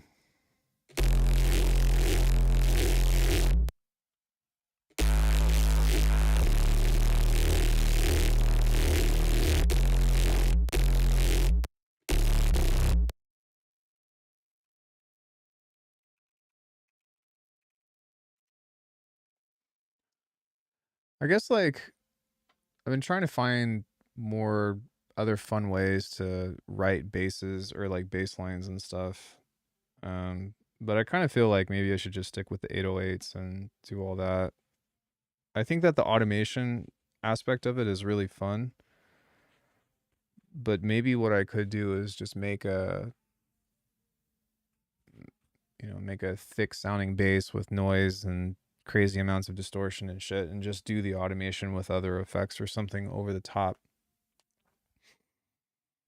But I don't know, I'll have to reference that video a couple more times and see if there's anything that I missed, because I feel like there is, other than the resampling component. But also like, excuse me, I'm sorry. Really taking a deep look at what kind of tracks I want to write for 2026. Hi, baby. Want to say hi to chat? What is your opinion on the state of the world? Snacks. All the snacks. Has to be snacks. You go, puppy.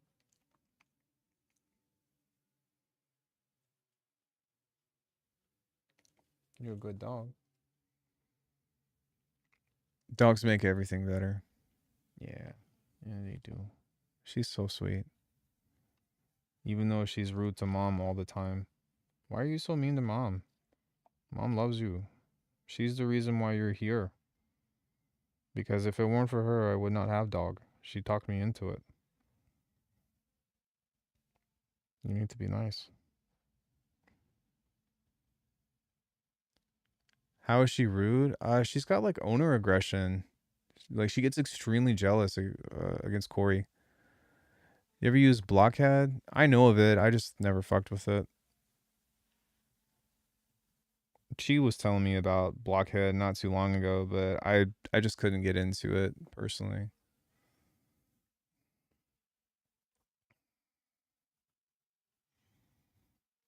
I never experienced that. Well, she's a trauma dog. You know, we got her from a shelter, and so she doesn't like other dogs. She's also aggressive when it comes into like other people getting close to her or me. Blockhead is like, it's a dog that's got a bunch of audio features baked into it that let you do some crazy shit. That was so amazing of you guys. Well, I think that's what most people do. I mean, some people adopt, or sorry, some people shop, but most people don't consider shelters. They don't? I feel like they do. I feel like I always see people talking about rescues and stuff. All right, give me kisses. You're a good girl. No, you're a sweet girl. Can you let daddy work? Then maybe I'll take you all later. Is that okay? I love you. Okay, down. Thank you. With huge fucking backyards and no pets, and I'm like, why? They're a big responsibility, you know.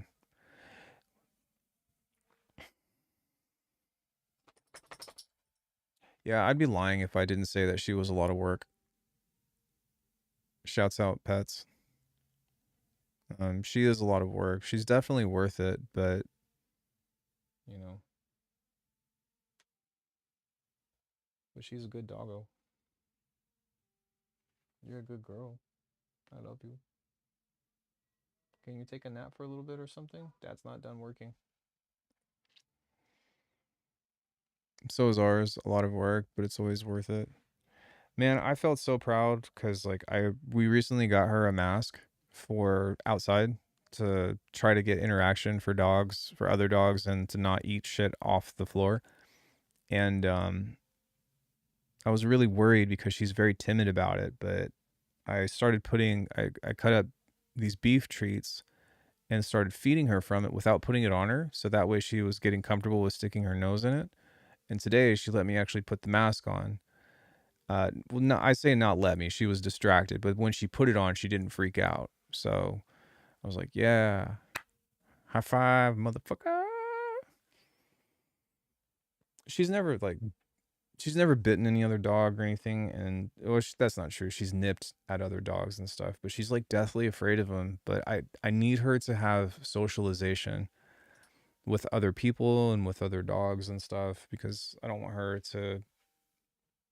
Well, I want her to have a good life. I think that's the best way I can say it.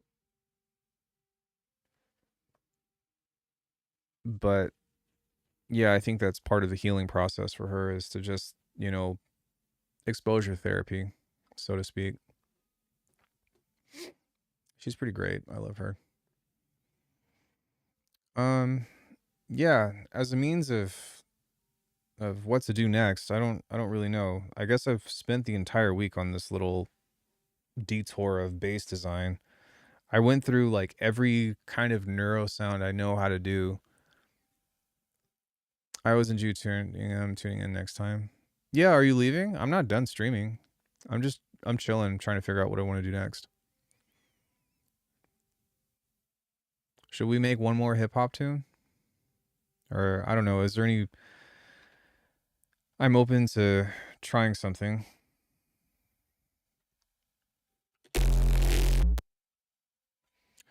What y'all wanna do?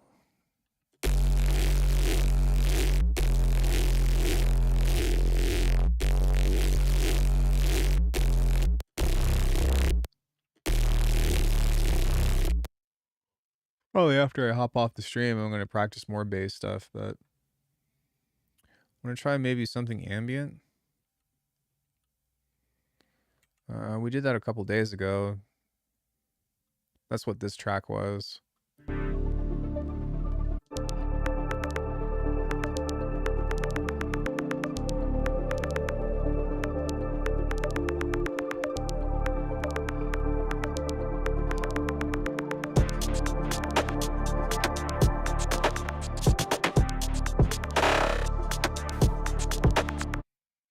Yeah.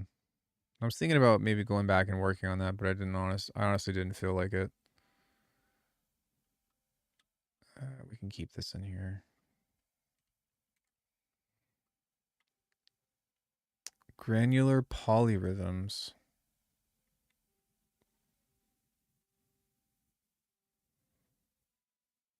What? Granular polyrhythms? Did you just take like 2 adjectives and put it together? If you do granular, you probably are almost always going to get polyrhythms. Those two go hand in hand.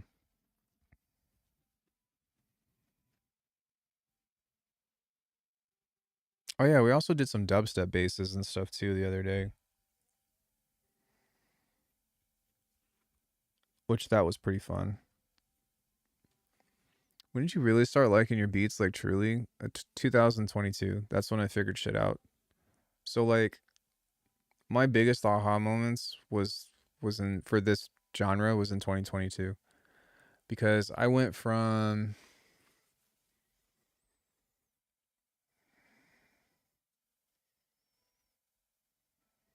hold on. Yeah, 2022 or 22 and 23 were huge years for me for figuring this shit out. So yeah, like this was the kind of beats that I was making in 2022 when I was taking lessons with Cage.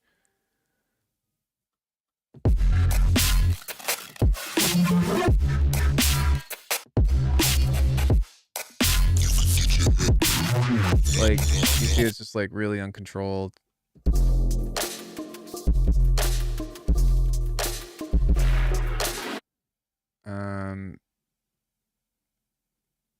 Yeah, it was like, okay.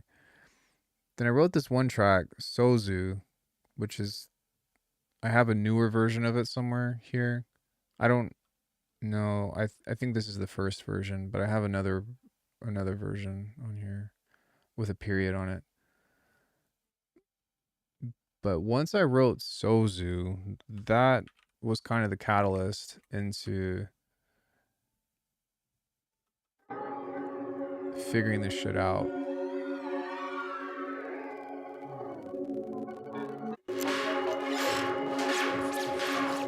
But it was still super chill. And I didn't want to go on this, like, it wasn't good enough for me, obviously.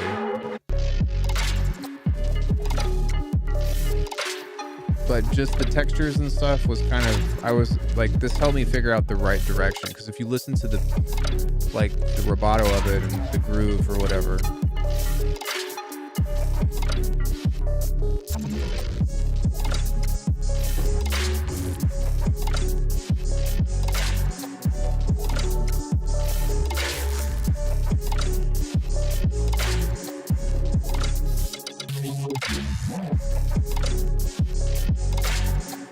Yeah. So this is when I started figuring shit out.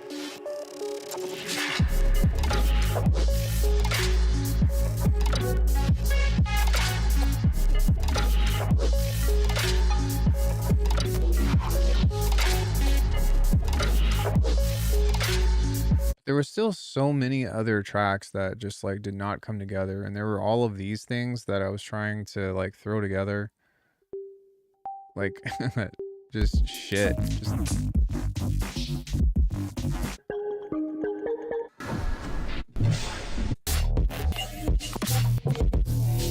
Yeah, just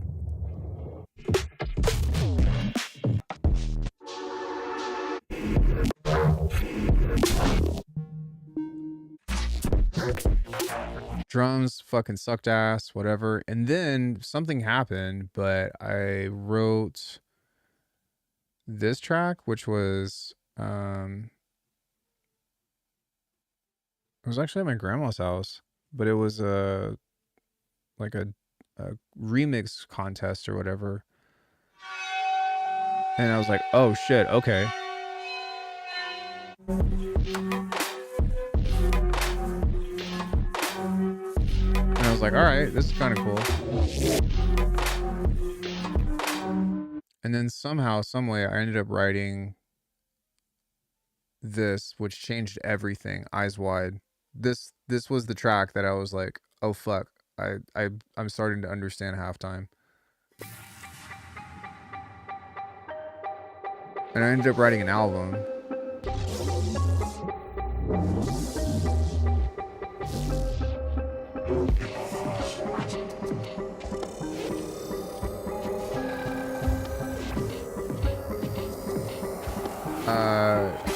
No, it was a track.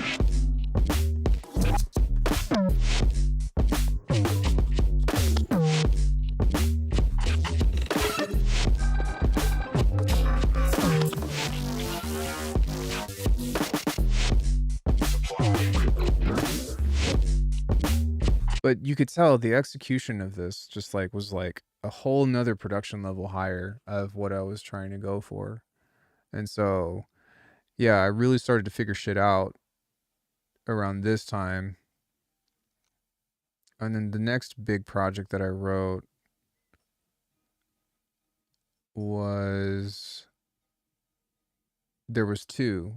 There was Dim Lights, wherever this is.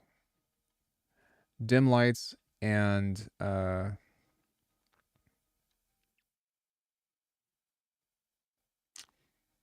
fuck, what was the other one? It was there. I wrote them right next to each other, so I'll find them. Oh, and actually a lot. So Slow and Sloppy was a big one. Limit Break, Dim Lights, all of those were really big for me. But where are they?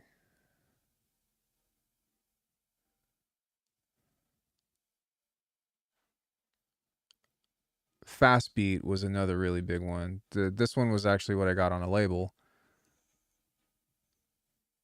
Did I not write that until way later? Or did I skip it? Dark Mirror. Shackled. Okay, so I guess this was in 2024. These are really big. Ruminate was a big one for me. But yeah, I started writing these tunes that were like really big milestones. So I guess I have to scroll back a little bit because there was some other stuff. But Slow and Sloppy was...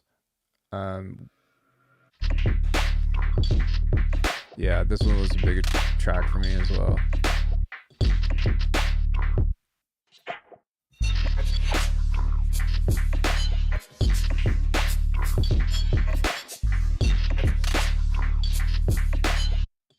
Yeah.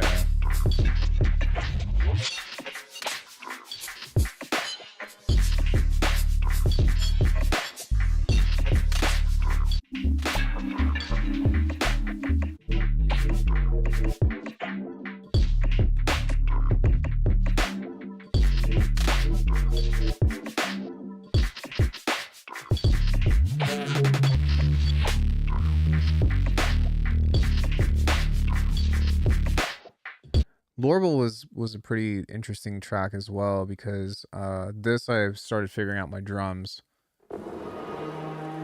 Like if you listen to like just the weight of these drums, there's also like trying to do a bunch of Lorne shit.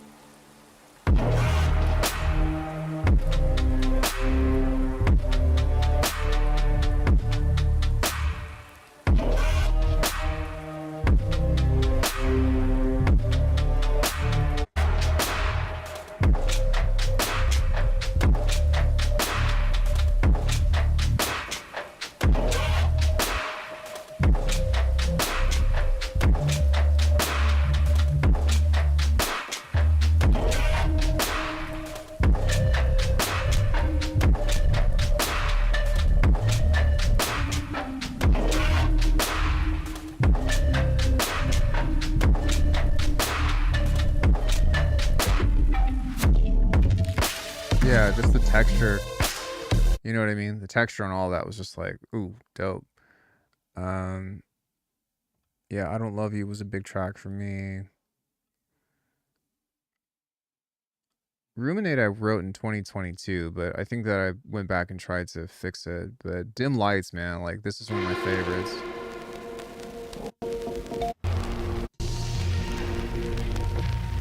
Just the texture and like the beat itself. It's dark.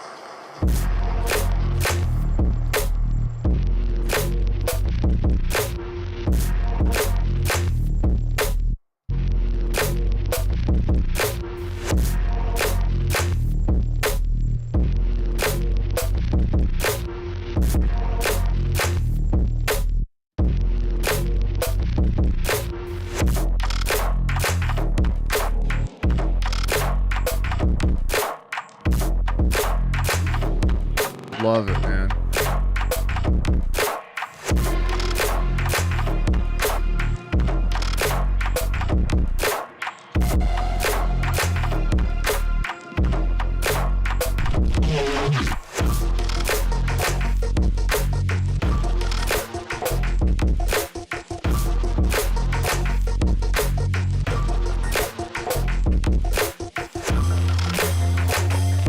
Yeah, man, that was a cool track.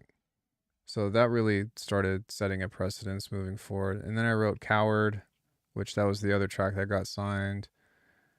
Let me see some other big milestones for me. No direction whatsoever.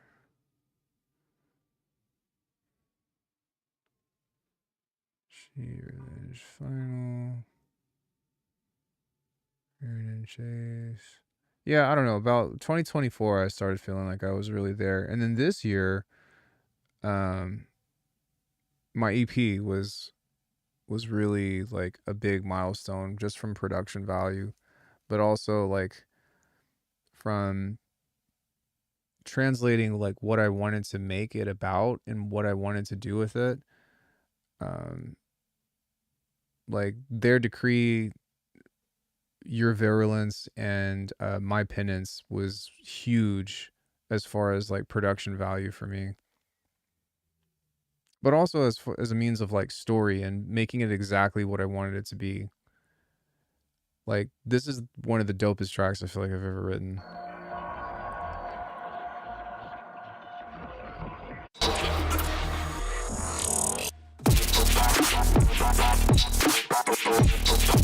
Like just the energy and the attitude is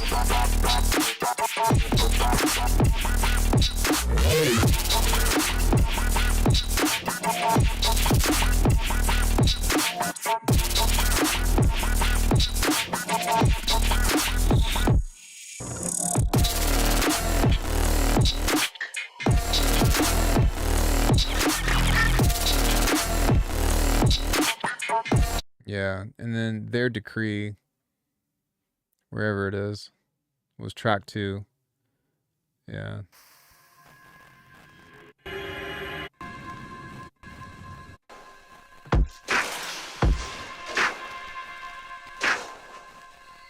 Please praise us for the water process.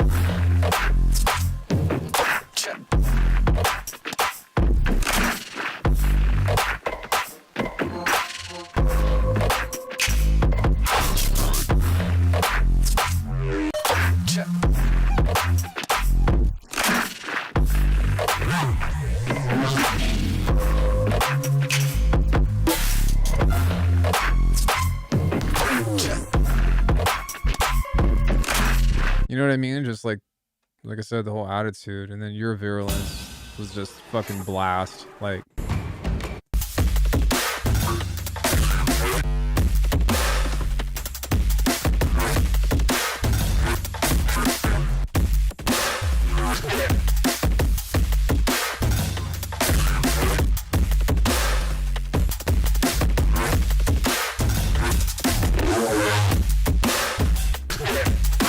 yeah, man, I fucking love it.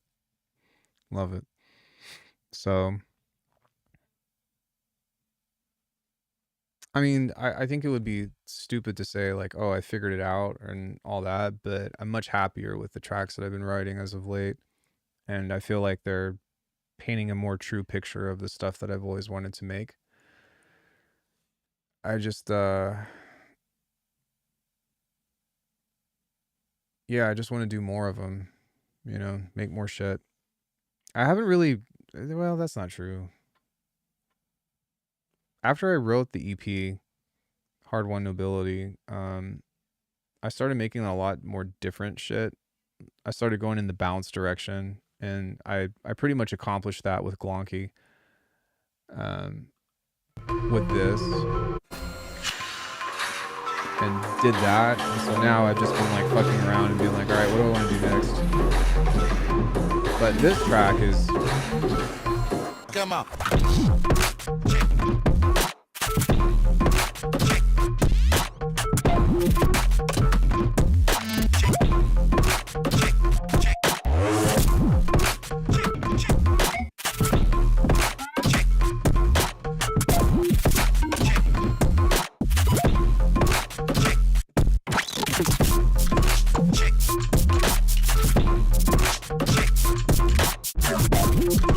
Yeah, man, like that. Fuck off. Like that's. I'm very proud of that track. I think that's why we're here, hoping to improve as well. And you are so great at educating. I really appreciate that, but I think like you all are able to see the journey together, and I think that you all know that I'm still not where I want to be, obviously, but I'm in a much happier place with music production, just from the knowledge and whatnot that I've gained. But I think the big thing is you all have kind of seen the improvement over time, and you should be able to expect that that's what's in store for you if you keep going. It's going to look different for everyone, but you know, and also I expect most of you all to figure this stuff out faster than me, because everything that took me years to learn, I've got fucking videos on. You know what I mean? And so I've saved you the trouble of having to figure it all out. It's all there. Everything that you want to know that I know how to do is on the channel. And some people have reached out to me and been like, yo, I got signed and like you taught me so much and whatever. And like that's a huge compliment, a huge fucking thing. I I think that it started to get to me that I was making all these videos and people were telling me that, but I still like wasn't. I felt like they surpassed me, which in some cases is really cool, and I think that's great. But it made me really dissatisfied with the status that I was at with my music. You know what I mean? Um, and so part of it is just trying to grind more and trying to get better and improve my own stuff and make unique experiences that people want to come back to, you know? And that's just what I care about with music. And, yeah, I know that I use sounds that are very 2015-esque or whatever, but being able or coming into a place to where I've got my own versions of it and my own implementations, my own expressions of them, and my own grooves and all of that other stuff is really, really awesome. And I hope that more people, as my channel grows, comes to my music and is able to appreciate it as well. I don't think that, to be clear, I don't think that I'm anybody fucking special or anything like that. My shit matters to me is what I'm trying to get at. And I hope that it matters to somebody else.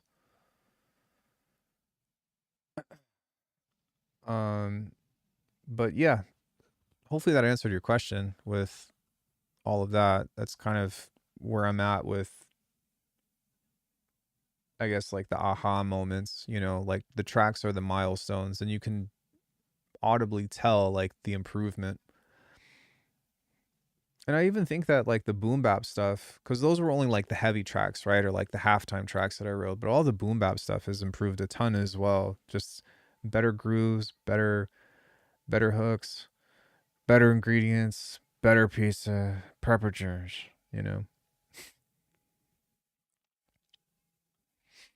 Yeah. Does anybody have any other questions, or is there anything else that you all want to see?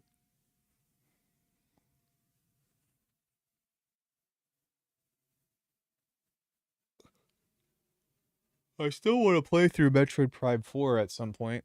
I might do it on the gaming channel and just tell the Discord about it. But I was hoping to have at least one more cool track to put up. But the stuff that I was doing, I think that I wrote a few cool ideas. They just kind of fell flat. I hope you end up getting Neo 3. I haven't played any of the other ones. But yeah, like this one was cool.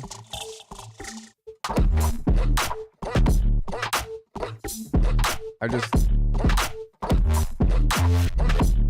ran out of steam for that. I also did a Slave for You Britney Spears remix, but that ran out of gas too. Like that. Oh, but I thought the other ones are really good as well. Like that.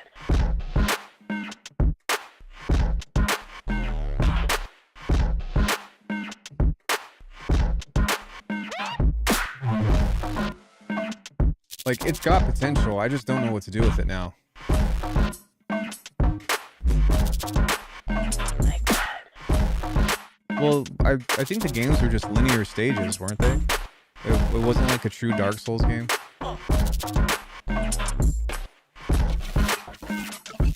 Yeah, so, I mean, that was pretty much the only idea that I had for it, but I still like it. I just, you know, I don't know. That's really dropped the ball, but the combat. Yeah, it's got a, I heard that it has a cool, unique mechanic as well, but I don't know. I'm also kind of on the boat of like, don't buy games until they go on sale now with how expensive everything is starting to become.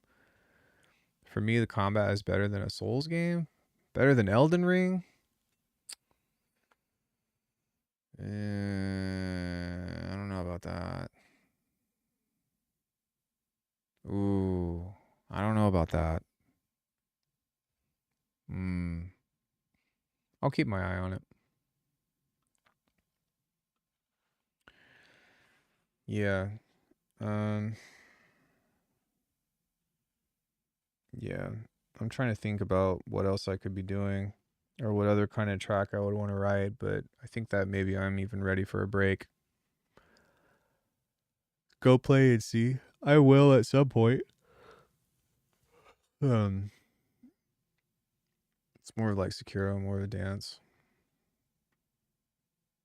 Maybe I'll play Sekiro on the Discord or something sometime. That could be fun. But, yeah. I don't know. All right. Does anybody else have anything? Any other questions? Anything production related that you want to see? I don't think that I want to start another track.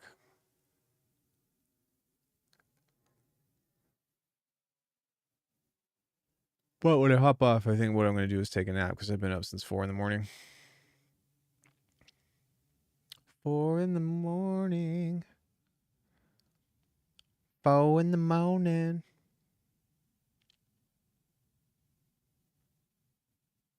It's currently 1:20. 6-7, 1:20.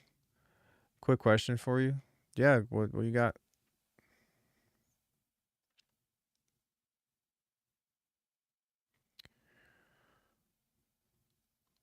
Call time? Hey, Master J. You feel how Sekiro feels different from the casual Souls? Yeah, you're spamming L1 to block. Cali time. Yeah, I'm not technically West Coast, but kind of West Coast. I thought that was important that they do that. Yeah, like it differentiated it from being a Souls game, but yeah, of course. But I didn't really use it other than like firecrackers.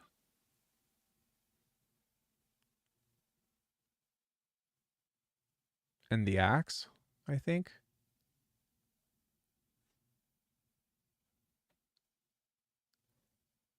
Later on, you feel it much more. It's a long title. No, I finished Sekiro. Like I've gotten the good ending on it. In fact, for bragging rights, I played Sekiro on Google Stadia and finished it.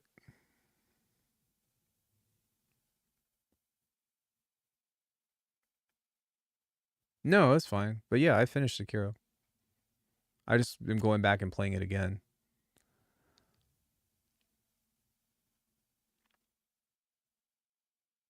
But right now I'm preoccupied with a bunch of other games. Like I have Dying Light the Beast to get through at some point. Corey and I are playing through Borderlands 4. I've been playing Diablo 4. If anybody has Steam, by the way, add me. Sorry, I'll shut up. It really opens up later on. What, Neo or Sekiro? Because like I said, I finished Sekiro with a good ending. Yeah. Yeah, how do you feel about the new Steam Deck? Are you talking about the Steam Deck OLED? I have been keeping my eyes on the Lenovo Go 2. Hey, Nate, what's going on, dude? The Lenovo Go 2 runs Windows, but you can install Steam OS on it. Oh, the Steam box. I don't know. I'd have to wait to see what the specs and the price are. But I think that it's a long time coming. And the thing that I'm really sick of with home consoles, sorry, my dog's being weird, is having to pay online or having to pay to play online. You know, it's like we pay for an internet service and then you have to pay another service to play your games online. It's like, what the fuck? And then if you have multiple systems, you have to have a subscription to every fucking thing. And that's like, I'm so tired of subscription-based things. Actually, I'll shut up because I run a subscription-based thing, but I'd much rather sell a product than do that. Well, not Steam. Steam, you can play online for no extra charge. You have to have an internet connection, but you know.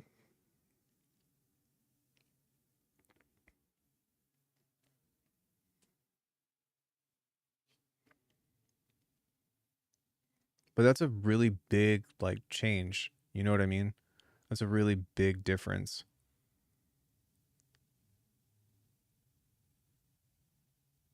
For the same price that you pay to play online for 6 months, like that's a game. Well, 7 months now because fucking whatever. I think the gaming industry is so fucking cooked. It's really in need of a reboot. The multi-million-dollar budget games and shit like need to go. A couple of them really worked out, you know, like Souls-like games and whatever. Those are standout. But then you have stuff that was way under $1 million, like Silksong, which, you know what I'm saying? Like we need to go back to like not DLC and stuff where you actually unlock stuff that's part of the game. Post-game content, you know, and then maybe DLC or some shit. But like, I'm so tired of it. I was playing through Mega Man Battle Network 3 the other day, and I was like, damn, some of this stuff is tedious as fuck, but the post game is dope. How about ET for the Atari? Nah, that's a little. It's a little too far. We can do Friday the 13th for NES. I don't know if you all have played that before, but that's a very interesting game. But yeah, man, I'm tired of it. I people are.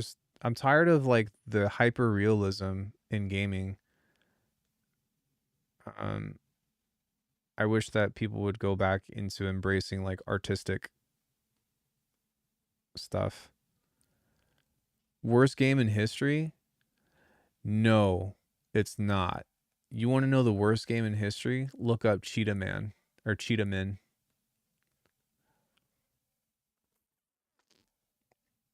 That's the worst fucking game in history. Don't Shit Your Pants would probably be a close second. It's a game. Look it up.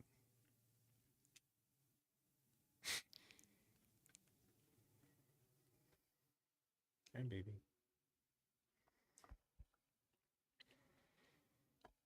I think third behind that would be Mavis Beacon Teaches Typing. Fuck that game.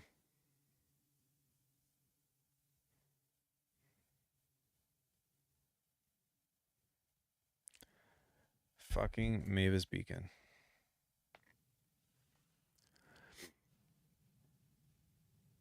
What's that game where you extract shark teeth? I don't know. I've never heard of that, to be honest.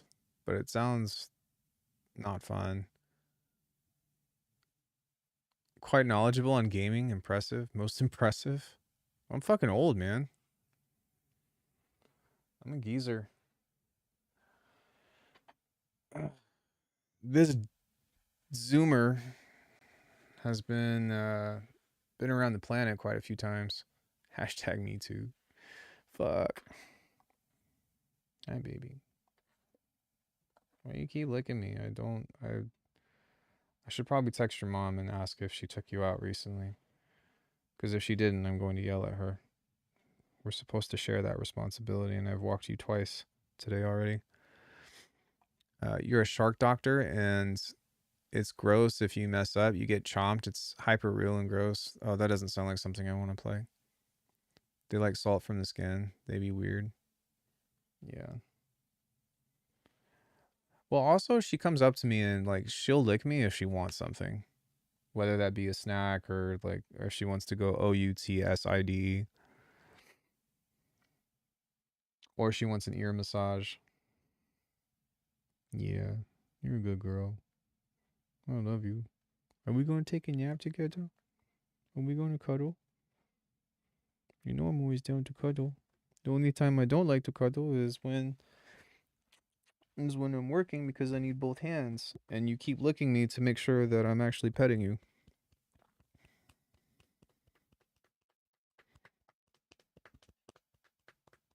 Yeah. Well, all right, guys. I don't really have anything else that I want to do today. We're going to put some more practice in next week. Oh, yeah. You could tell.